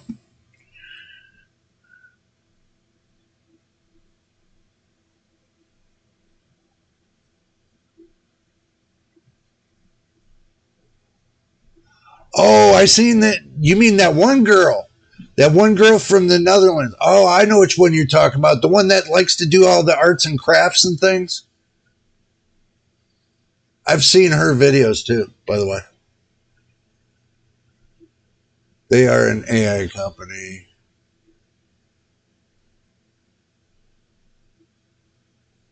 I watched that one too. NVIDIA identifies AI company now, which they do. But they still want to be considered being a GPU manufacturer. I don't know. It's starting to get slim pickings when it comes to them creating something new. What do you mean I can't be fooled? You know I can. Look. Yeah. I know who's out there. I keep my eyes out. It's not like that when I'm done with the video, my day's over with. I'm sitting up on the tube, sitting there watching everybody's videos. I watch close to maybe 700 videos a day. Well, if I watch 700 a day, y'all are thinking I'm just doing 10-second videos. But anyway. So, I mean, I watch a lot of videos a day. I watch a lot of reviewers. And when it comes to the CPU world, the PC world, I watch a lot of reviewers. I mean, I enjoy some of their stuff. I mean, it's cool. It doesn't mean I'm going to go steal their stuff. I don't. I got my own gig. I do my own thing. So,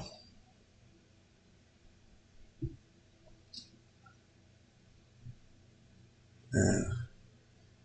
When AI falls, they will fall back. Yeah, just like cryptocurrency machine, just like cryptocurrency. You go to the porch and smoke a cigar, right? Well, once in a while.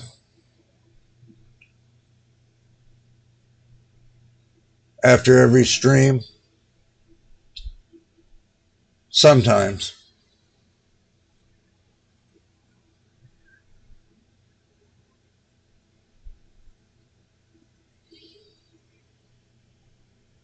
Look, you guys even talking.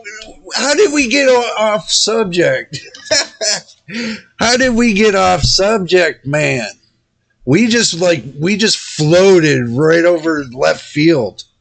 How did we do that? I mean, come on, man. Really? Look,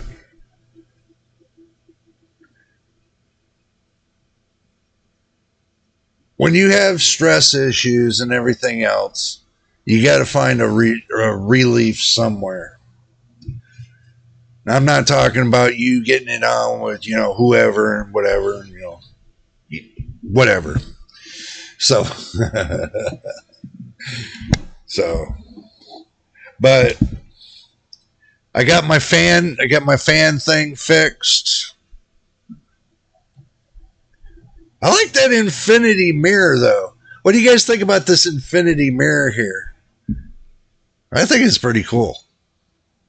I mean, like, for real. I'm thinking about keeping this for myself.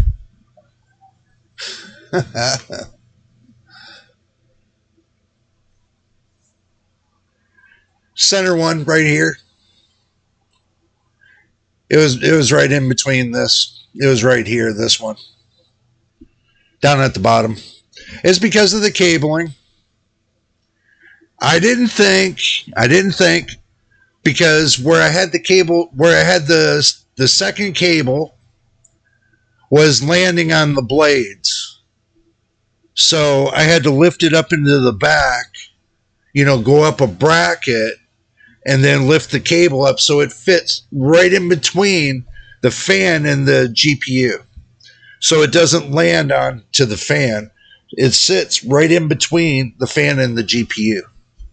So,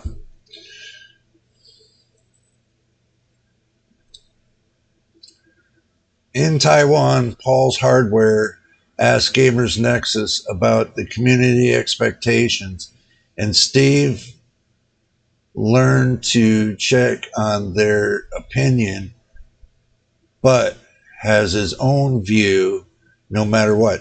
Oh, you mean like with what's his name? And I keep forgetting his name. Damn it. Why do I keep forgetting his name? It must not be that important if I forget a reviewer's name. No, LTT. That's what it was. The LTT guy.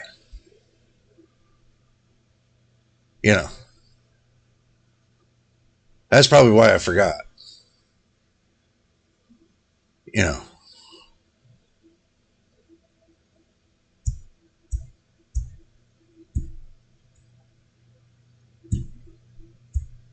So,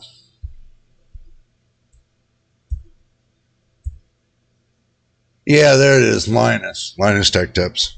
My bad, Linus. I didn't know, I forgot, it's been a while since I seen one of your vids, so don't judge me. So, but anyway, guys, ladies and gentlemen of this world, as you can see, one little last peek before this PC. Oh, and we're going to end up doing another live stream.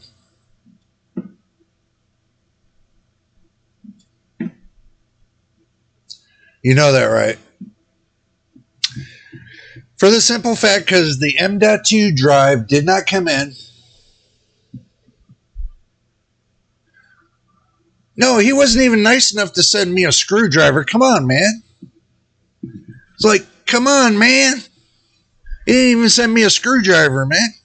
Everybody else gets one, but, my emails, on my channel, I don't get no invite. I didn't get no invite to that event. Thank God or something. I don't know. Ain't nobody sent me one. That's all I'm saying. His screwdrivers are competitive. His nicknames. You know what? Where's that?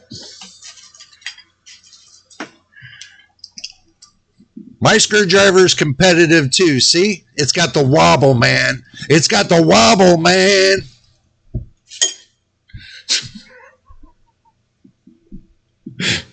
I had to throw that in there.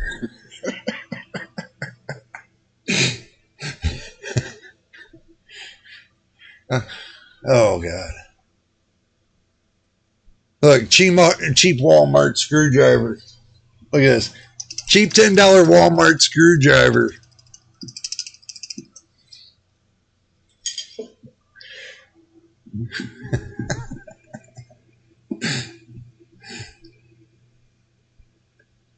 Amazon's on my shit list right now. I'm going to tell you that right now. Amazon's on my shit list. Because for the simple fact, they're on Graphics Card Nightmare every Friday, and I advertise their business every Friday, but they can't send me an M.2 drive. It takes them almost 2 weeks to get it here. Come on. And I live in the same state as Amazon. Their warehouse is in the same state I'm living in. Come on. Really?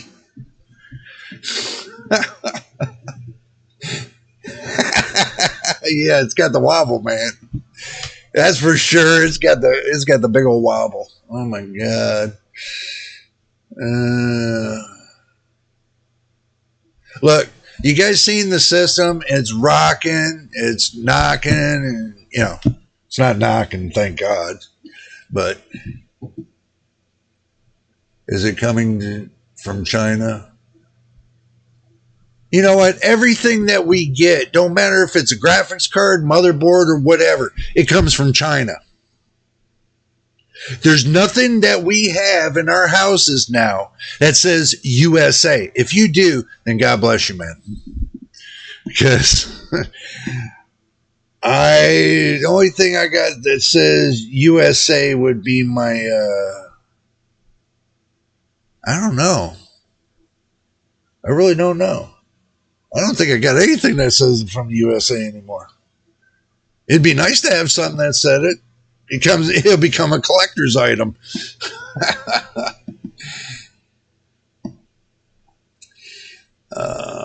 Same day delivery. Amazon says, yeah, that's bull. I'm going to call bull on that, man. Same day delivery. I'm going to call bull on that, man.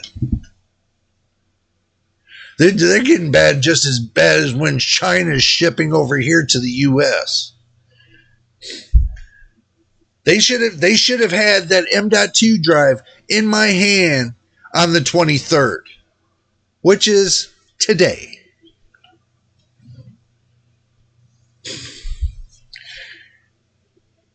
They need to make good with that because they're claiming to be the best #1 shipper in the world. They need to claim more and more or less.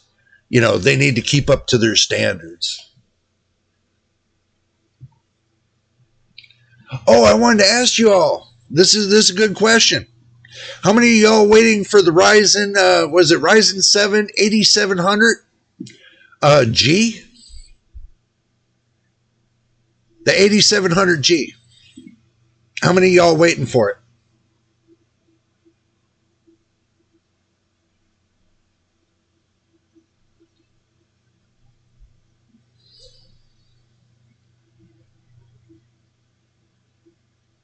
Yeah, but machine, that might be next year, though.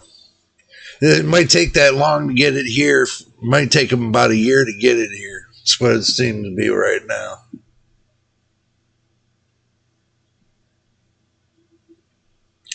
Do you know why I'm asking this question? Do you guys know why I'm asking this question? Did you not see the frequency that comes off of the 8700G? 5.1 gigahertz up to 5.3 gigahertz. Wow, I need to do a piece on this. I'm surprised you guys didn't even see that.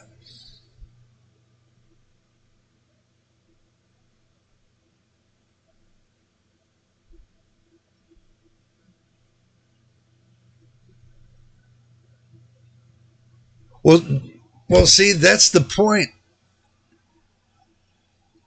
The new 8000 series, the G series, is just as good, even better. Even better.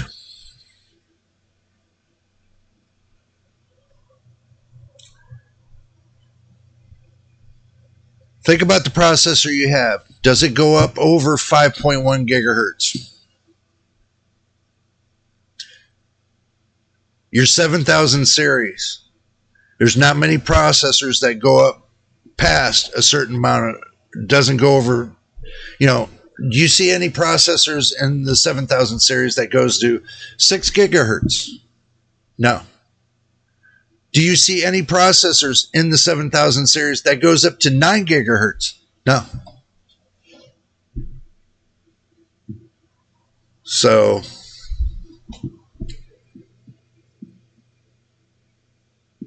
yep, me too. 4.7 tops. No, mine's 4.650 tops. And yeah, I've already benchmarked mine. So,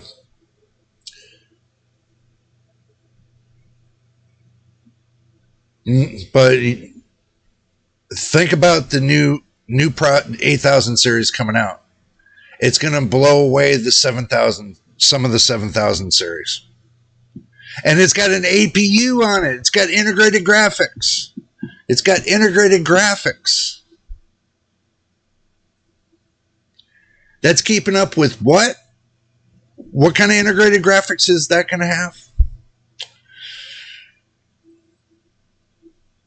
Some people are saying it's got graphics like a 3070.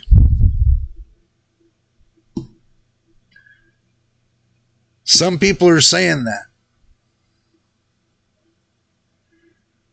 Some people are saying that the testing that they're doing between the 155 or the Meteor Lake that they got on laptops compared to that the was it 750M that AMD's using,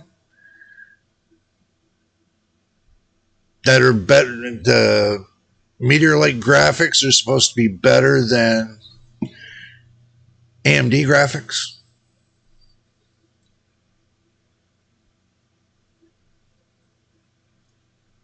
So, yeah, but guys, you're missing the point. How much L3 cache do you have on a 7700X? That's the key question. And how much L3 cache are you going to have on the new 8000 series? There's another key question.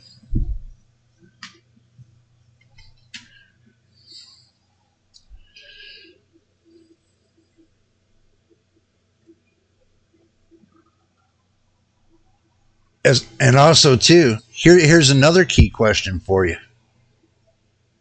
How many of your 6000 series and your 5000 series and your 4000 series run RDNA 3?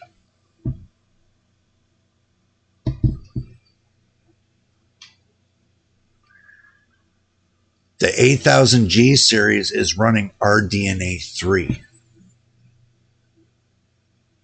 So is your 7000 series, your RX 7000 series GPUs. But not your 6000 series. They're still on RDNA 2. But you got an APU now that's going to have RDNA 3. Think about this. So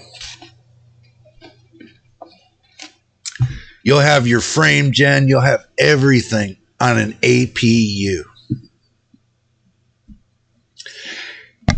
Does that not sound enticing or what? Yeah, man. It definitely, machine, that definitely is. Because, you know, think about the people that got the 6000 series GPUs. They only got RDNA 2. They might get lucky in the next 4 years and get part of RDNA 3 in the next 4 years. But when they come out with this 8000 APUs, they're going to come equipped with RDNA 3 automatically, like the 7000 series discrete graphics cards. So,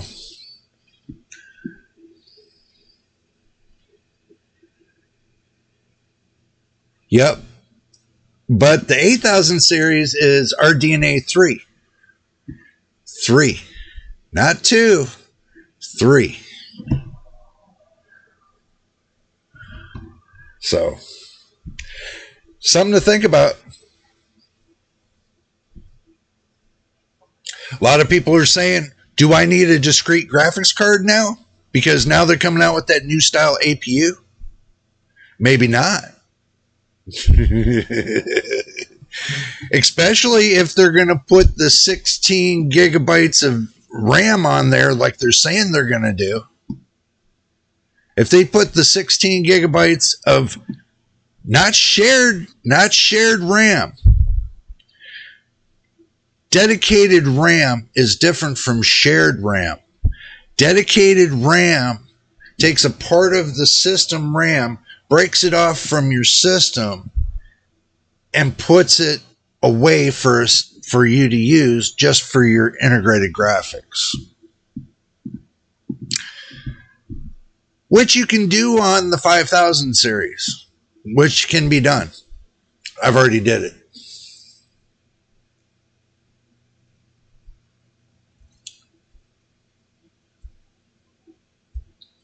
The 12650 has 24 megabytes L3. Yeah, but they're talking about the 8000 series having 96 megs of L3. If you didn't know that.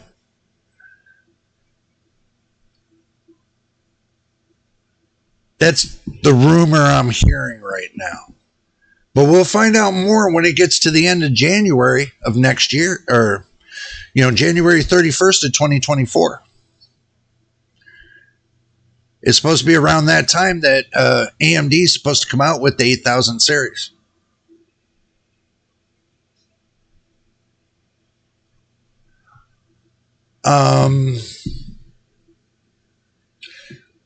They've added a lot more to it. They've added a lot more. Well, you know, like the anti-lag. You know what they did with that? They kind of weaved it into the RDNA 3 somehow. That's what I heard. But you get frame gen, you get a whole bunch of other things. RDNA 2 only gives you limited stuff. All the stuff that you get with RDNA 3 now, you get about half that on RDNA 2. So, but good ones that I always hear everybody talking about is the frame gen. You know, I always hear everybody saying frame gen, the anti-lag, and stuff like that. So, I just tell you what they tell me. You know what I say? AMD's GPUs, they have enough rasterization power they don't need all that fake crap that they put along with it. Just like everybody says about NVIDIA with the DLSS 3, it comes back to the FSR 3. You really don't need it. Try to game with the raw horsepower that's been put onto the GPU. The PCB, they put the raw horsepower there. You just got to use it.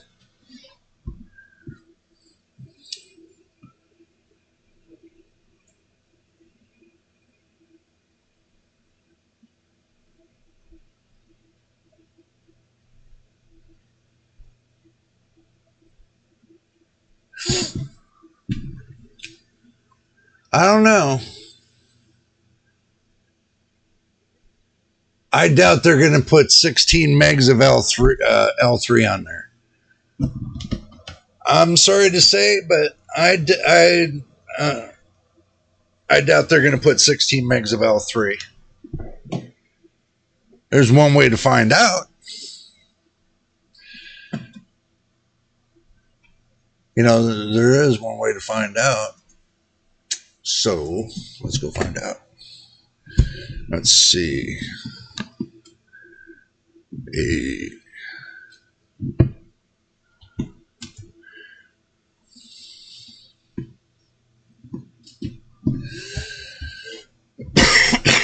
Damn.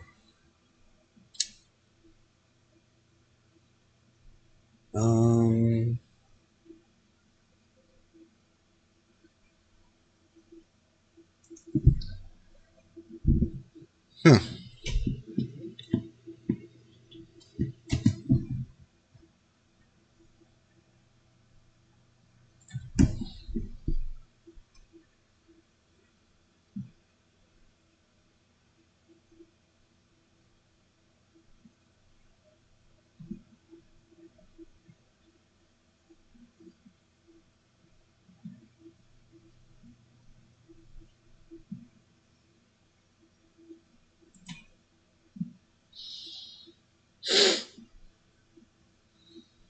Mm.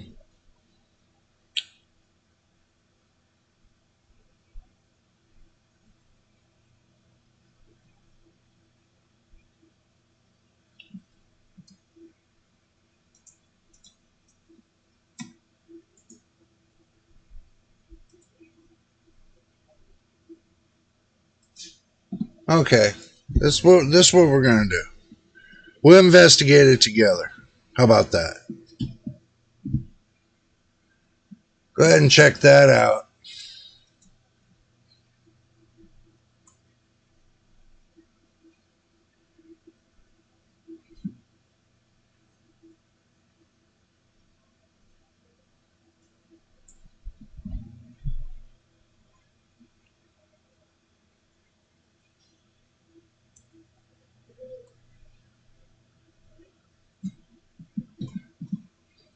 To be honest with you guys, and I'm going to be straight up with you, you're right. You're right on that. And looks like they do have it at 16 megs.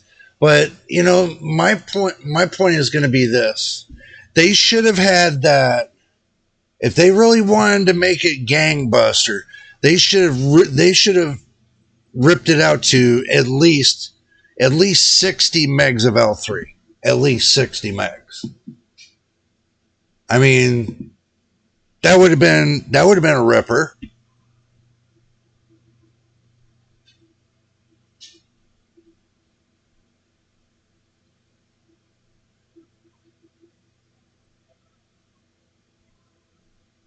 Yeah.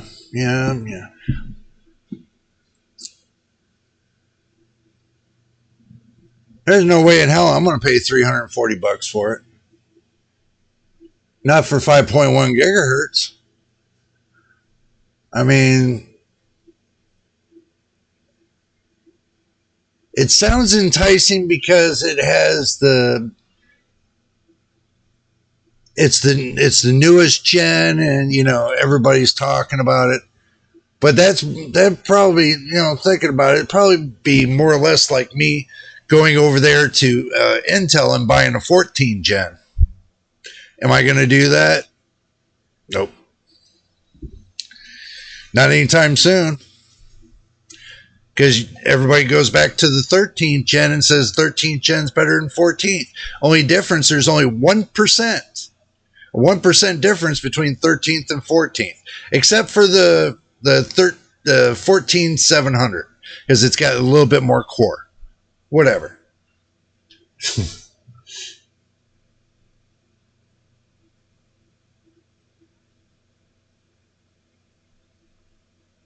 Nine 8950X will have 64 megs of L3 and 16 meg of L2.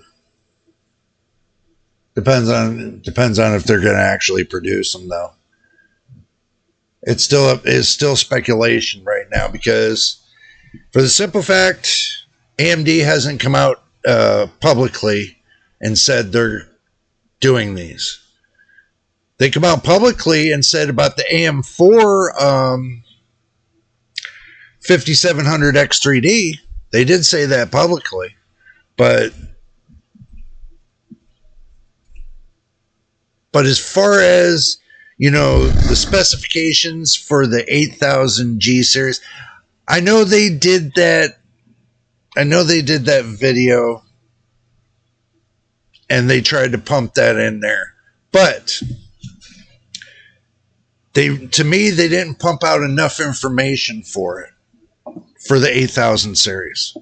And now on top of the 8000 series, they're fine lining between the 8000 and 9000 series. So we all don't know if AM5 is going to carry to 9000 series. To the Ryzen 9000 series. We don't know. They said it might, but, I don't know.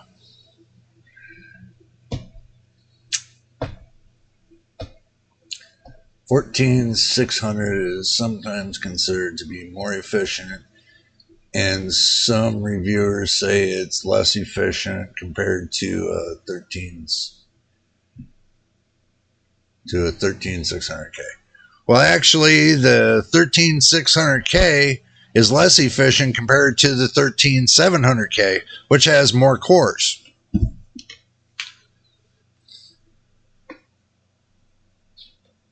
So, see, you got to remember, AMD can run high power with less cores.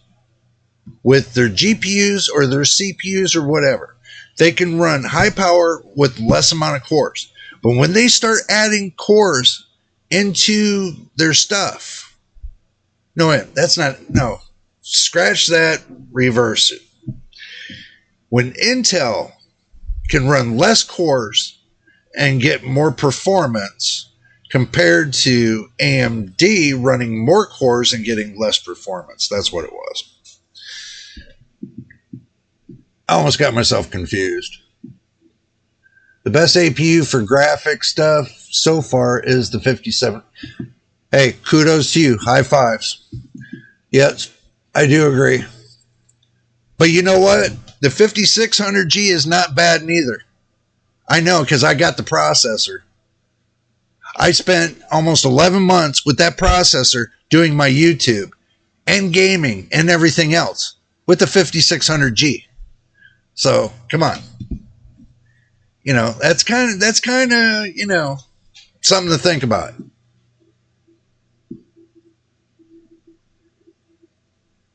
You don't hear too many stories about people using the 5600G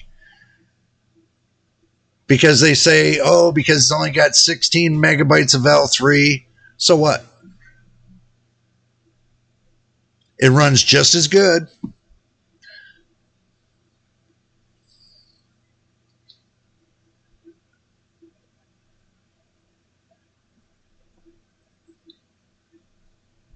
Actually, it's by one. 5600G has seven CUs. The 5700G has 8 CUs. It's by one. Price wise, the 5600G is a better value because it's 1 CU less than the 5700G. So price to performance, yes, the 5600G is better. But far as graphics and everything else, I've done many of tests with the 5600G. And what I've seen between the 56 and the 5700G, not much. So, yeah, they are a little bit faster. See, it's like I told everybody with your RTX 4070 or like the 7900 XT or 7800 XT. These two are the medium powerhouses that are just your intermediate graphics cards.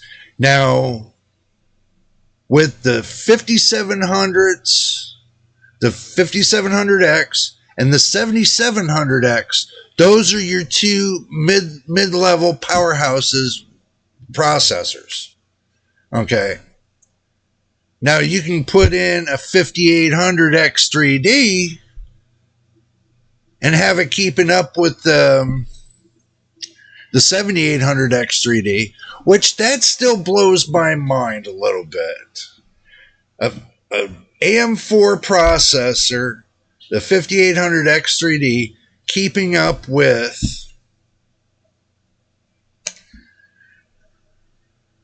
the 7800X3D.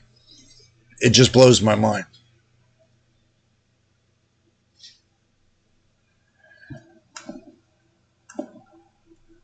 Well, I'm trying to get there.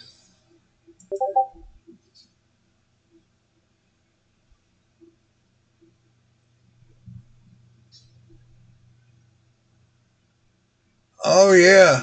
Yeah.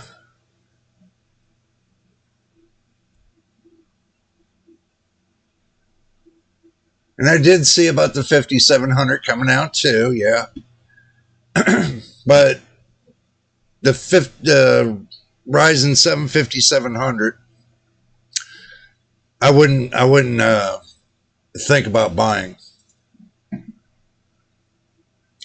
5700X3D, I might think about it.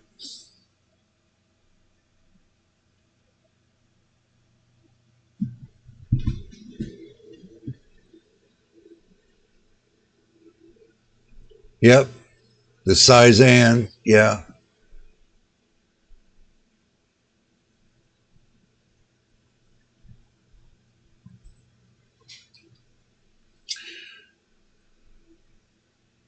The Ryzen 5 5500 is also, yep, it's the same, but without the graphic part, which is true. Infinity Fabric. But I think that's got 32, I think it's got I haven't looked that up in a long time about the 5500. But I'd imagine, I think it's got the 32 megs of L3. So I know the 5 or the 5600X does. Okay, something in there about the 8000 series spelling. Okay, I'll look. But I don't think it's, let's see. Okay. According to the recent leak in upcoming AMD Ryzen 8000G APU, the family is expected to offer impressive performance in synthetic. Okay, that's not good. Benchmarks and games compared to the previous generation Ryzen 7 5000G series. Ryzen 8000G APU family will consist more than a dozen SKUs. Wow. It's like they're doing AM4 all over again. And we'll use a mix of Phoenix 1 and Phoenix 2. The flagship model will be the Ryzen 7 8700G.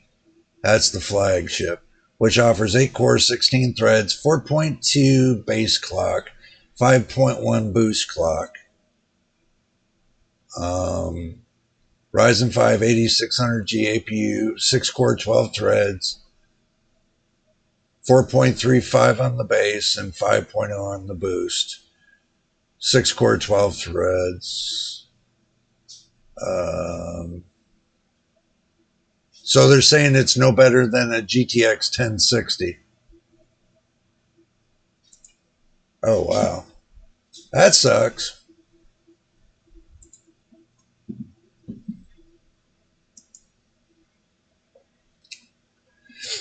I'll tell you, I got the 5600G. I got the 5700X. I got the 5600X3D. I think you might have you put that in there. All right. But I got this is what's in here now. This is the 5600X3D that's in this right now. Still ain't no temp. Oh, man. Just like my other one over here, ain't no temp. Damn. No wonder why my room stays so cool. I've tested all these processors already. Yep, which is true. You won't know how good it is until you tested it. You know, you can give your opinions, guys. You can give your opinions on how good or how bad things are by what you're hearing other people are saying. But until you get the actual fact of testing it yourself, you're really not going to, be able to witness and see how well the product runs. I can admit that. I mean, even me being a reviewer, if I don't have that product, I can give my opinion. And I've said this 1,000 times. I can give my opinion on what I feel. But until I have it tested in my hands, I can't give you a fact. So, my 4060, 45 watt mops the floor with the GTX 1060 already. Yeah, I do agree with that, man. I do agree with that. Yeah. It comes down to it all. You won't know until you tested it. Test.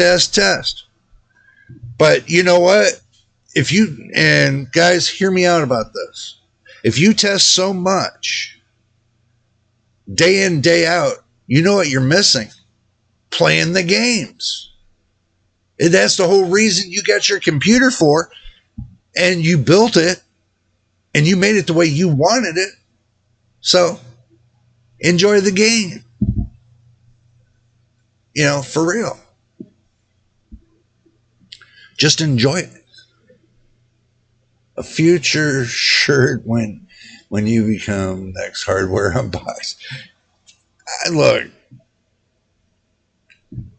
if I get that big or even bigger, who knows? Then you never know what comes around the corner. So,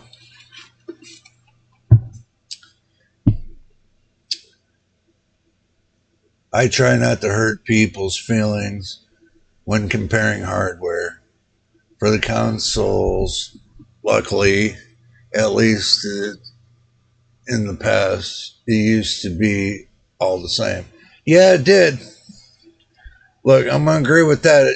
When it comes to your PCs, for several years, no matter which way you tried to boost it up and everything else, still come down to the same fashion. They all run the same. Now you got this option you can take and make it run wild. This is what everybody wants to know. How do you make it run wild? How do you make it run above and beyond that next person? Everybody wants to know. It's not hard, you know. Those 48 owners tend to talk more about it than the actually playing games. Yeah, which is true. Look, I play games on mine. Okay, I game with mine. I don't look. Once I'm done with my video, I'm thinking about what I'm going to be doing for the next day. I make all my videos as real as I can, you know.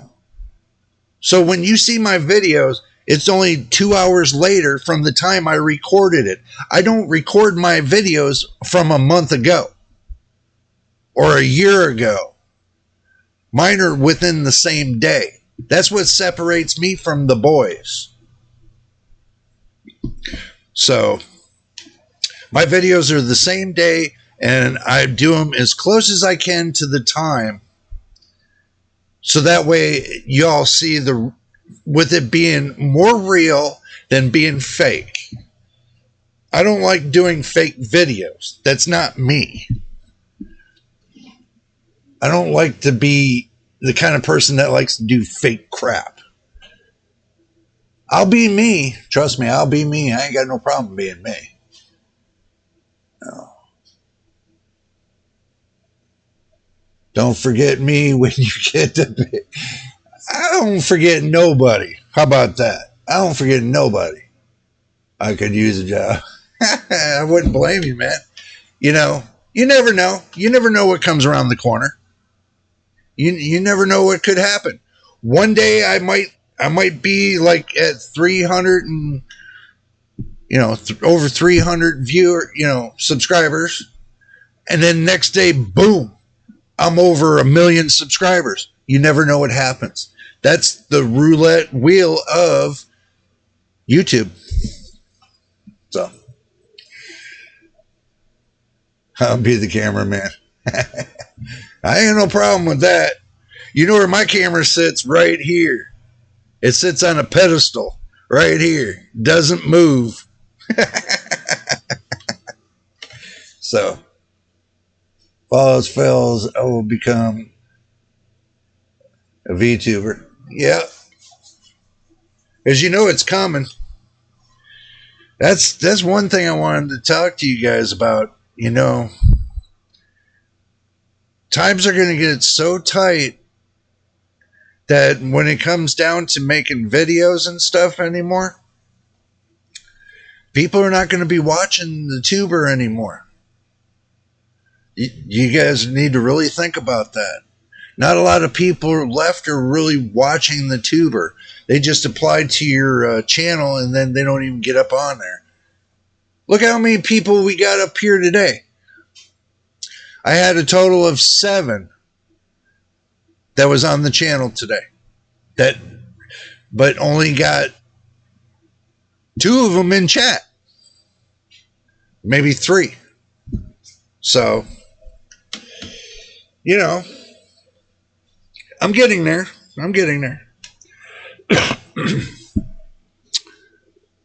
But something tells me that hell's about to break loose November 2024.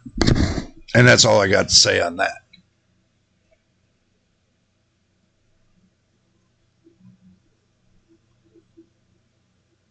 They will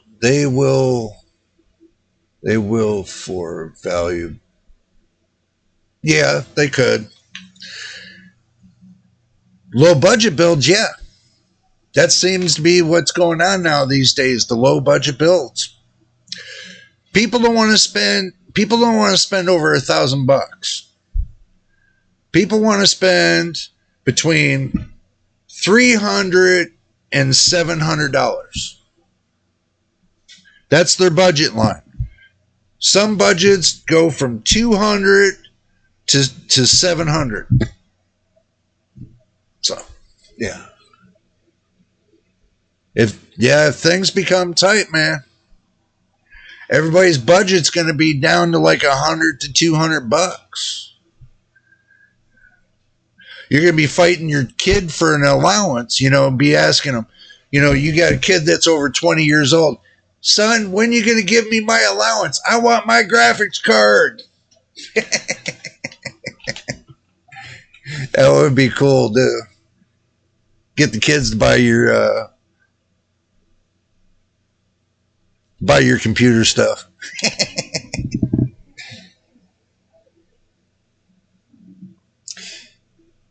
I sure hope there will be no civil war in Germany. I hope not, man, because that would really suck. Yeah, I've been keeping my ear down there. But it comes back to the old saying, can't we all just get along? Am I wrong? Can't we all just get along? Kind of fighting ourselves day in and day out. We fight for gasoline. We fight for a loaf of bread. And if we got a couple nickels left, we all fighting for toilet paper. Oh, my God. So it is what it is.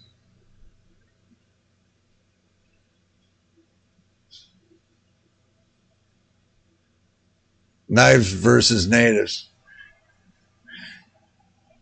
You mean guns versus toilet paper. That's about what it is here, man. There's so many people coming across the border here. You don't even have enough time to give them a tissue. You don't even have enough tissues on a roll to give to people that cross our borders.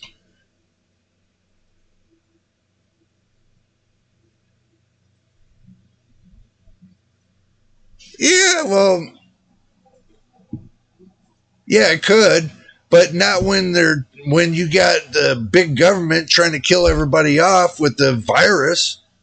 I'm not going to say what virus, and I'm not going to get into all that because I know how YouTube is, and I know they'll be looking for anything we say on that, so that'll be a subject we don't touch because we don't want to go up on a ban list. So.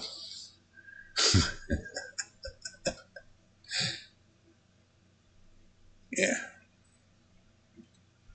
Oh, you ever go to Walmart? If you got Walmart out there, go to Walmart. You see two old ladies fighting over a roll of Charmin. Who's squeezing the best? Yeah.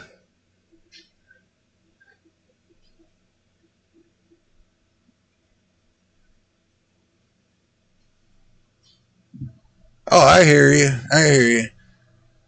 Actually, no, there's supposed to be, it's supposed to be the flu. There's supposed to be a new type of flu that came out of China. If you didn't hear about that, it's supposed to be some kind of flu that's coming out of China.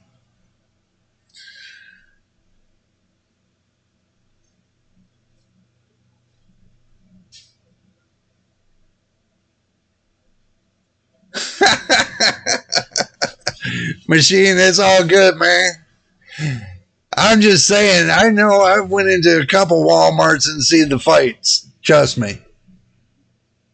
There's a Rocky Meme says, Adrian, I got some toilet paper for you.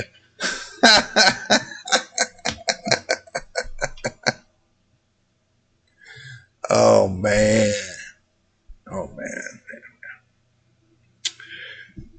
Okay, here's the deal. I know we're having so much fun and everything else, but me real life is calling. And I did go over a couple hours here today. But this saga is not over with. As soon as I get the M.2 drive in, we'll cover that. We'll get it installed. And we'll go from there. Okay? Thank you, Machine. I appreciate it, man. So we still have that one piece left. All this is to show you guys what the bias was about. To show you you know, a little bit of benchmarking and how well the 79, I keep saying 79. Damn. 7800 XT is working with the AM4 motherboard, with the 5600 X3D. It seems to be doing very well. It seems to be doing just the same as my 5700X. Just to say. And it seems that both graphics cards are running close to equally, just like I thought they would.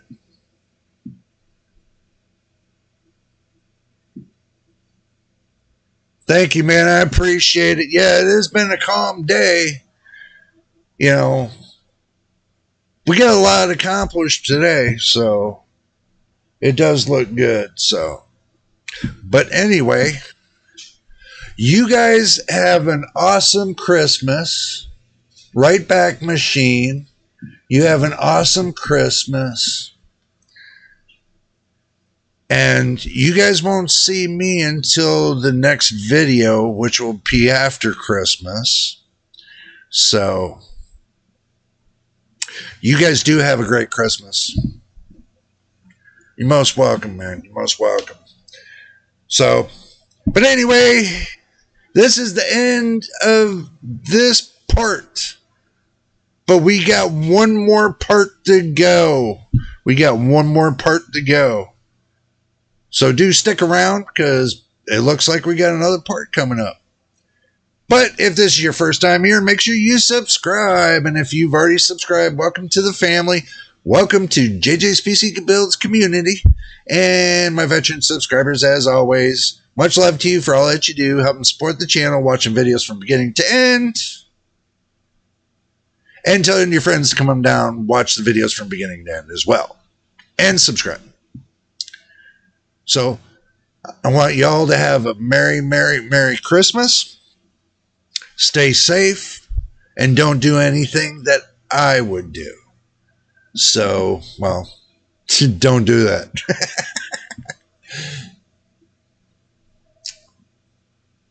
But anyway, till the next time, till the next video, guys. We will see you on the next video.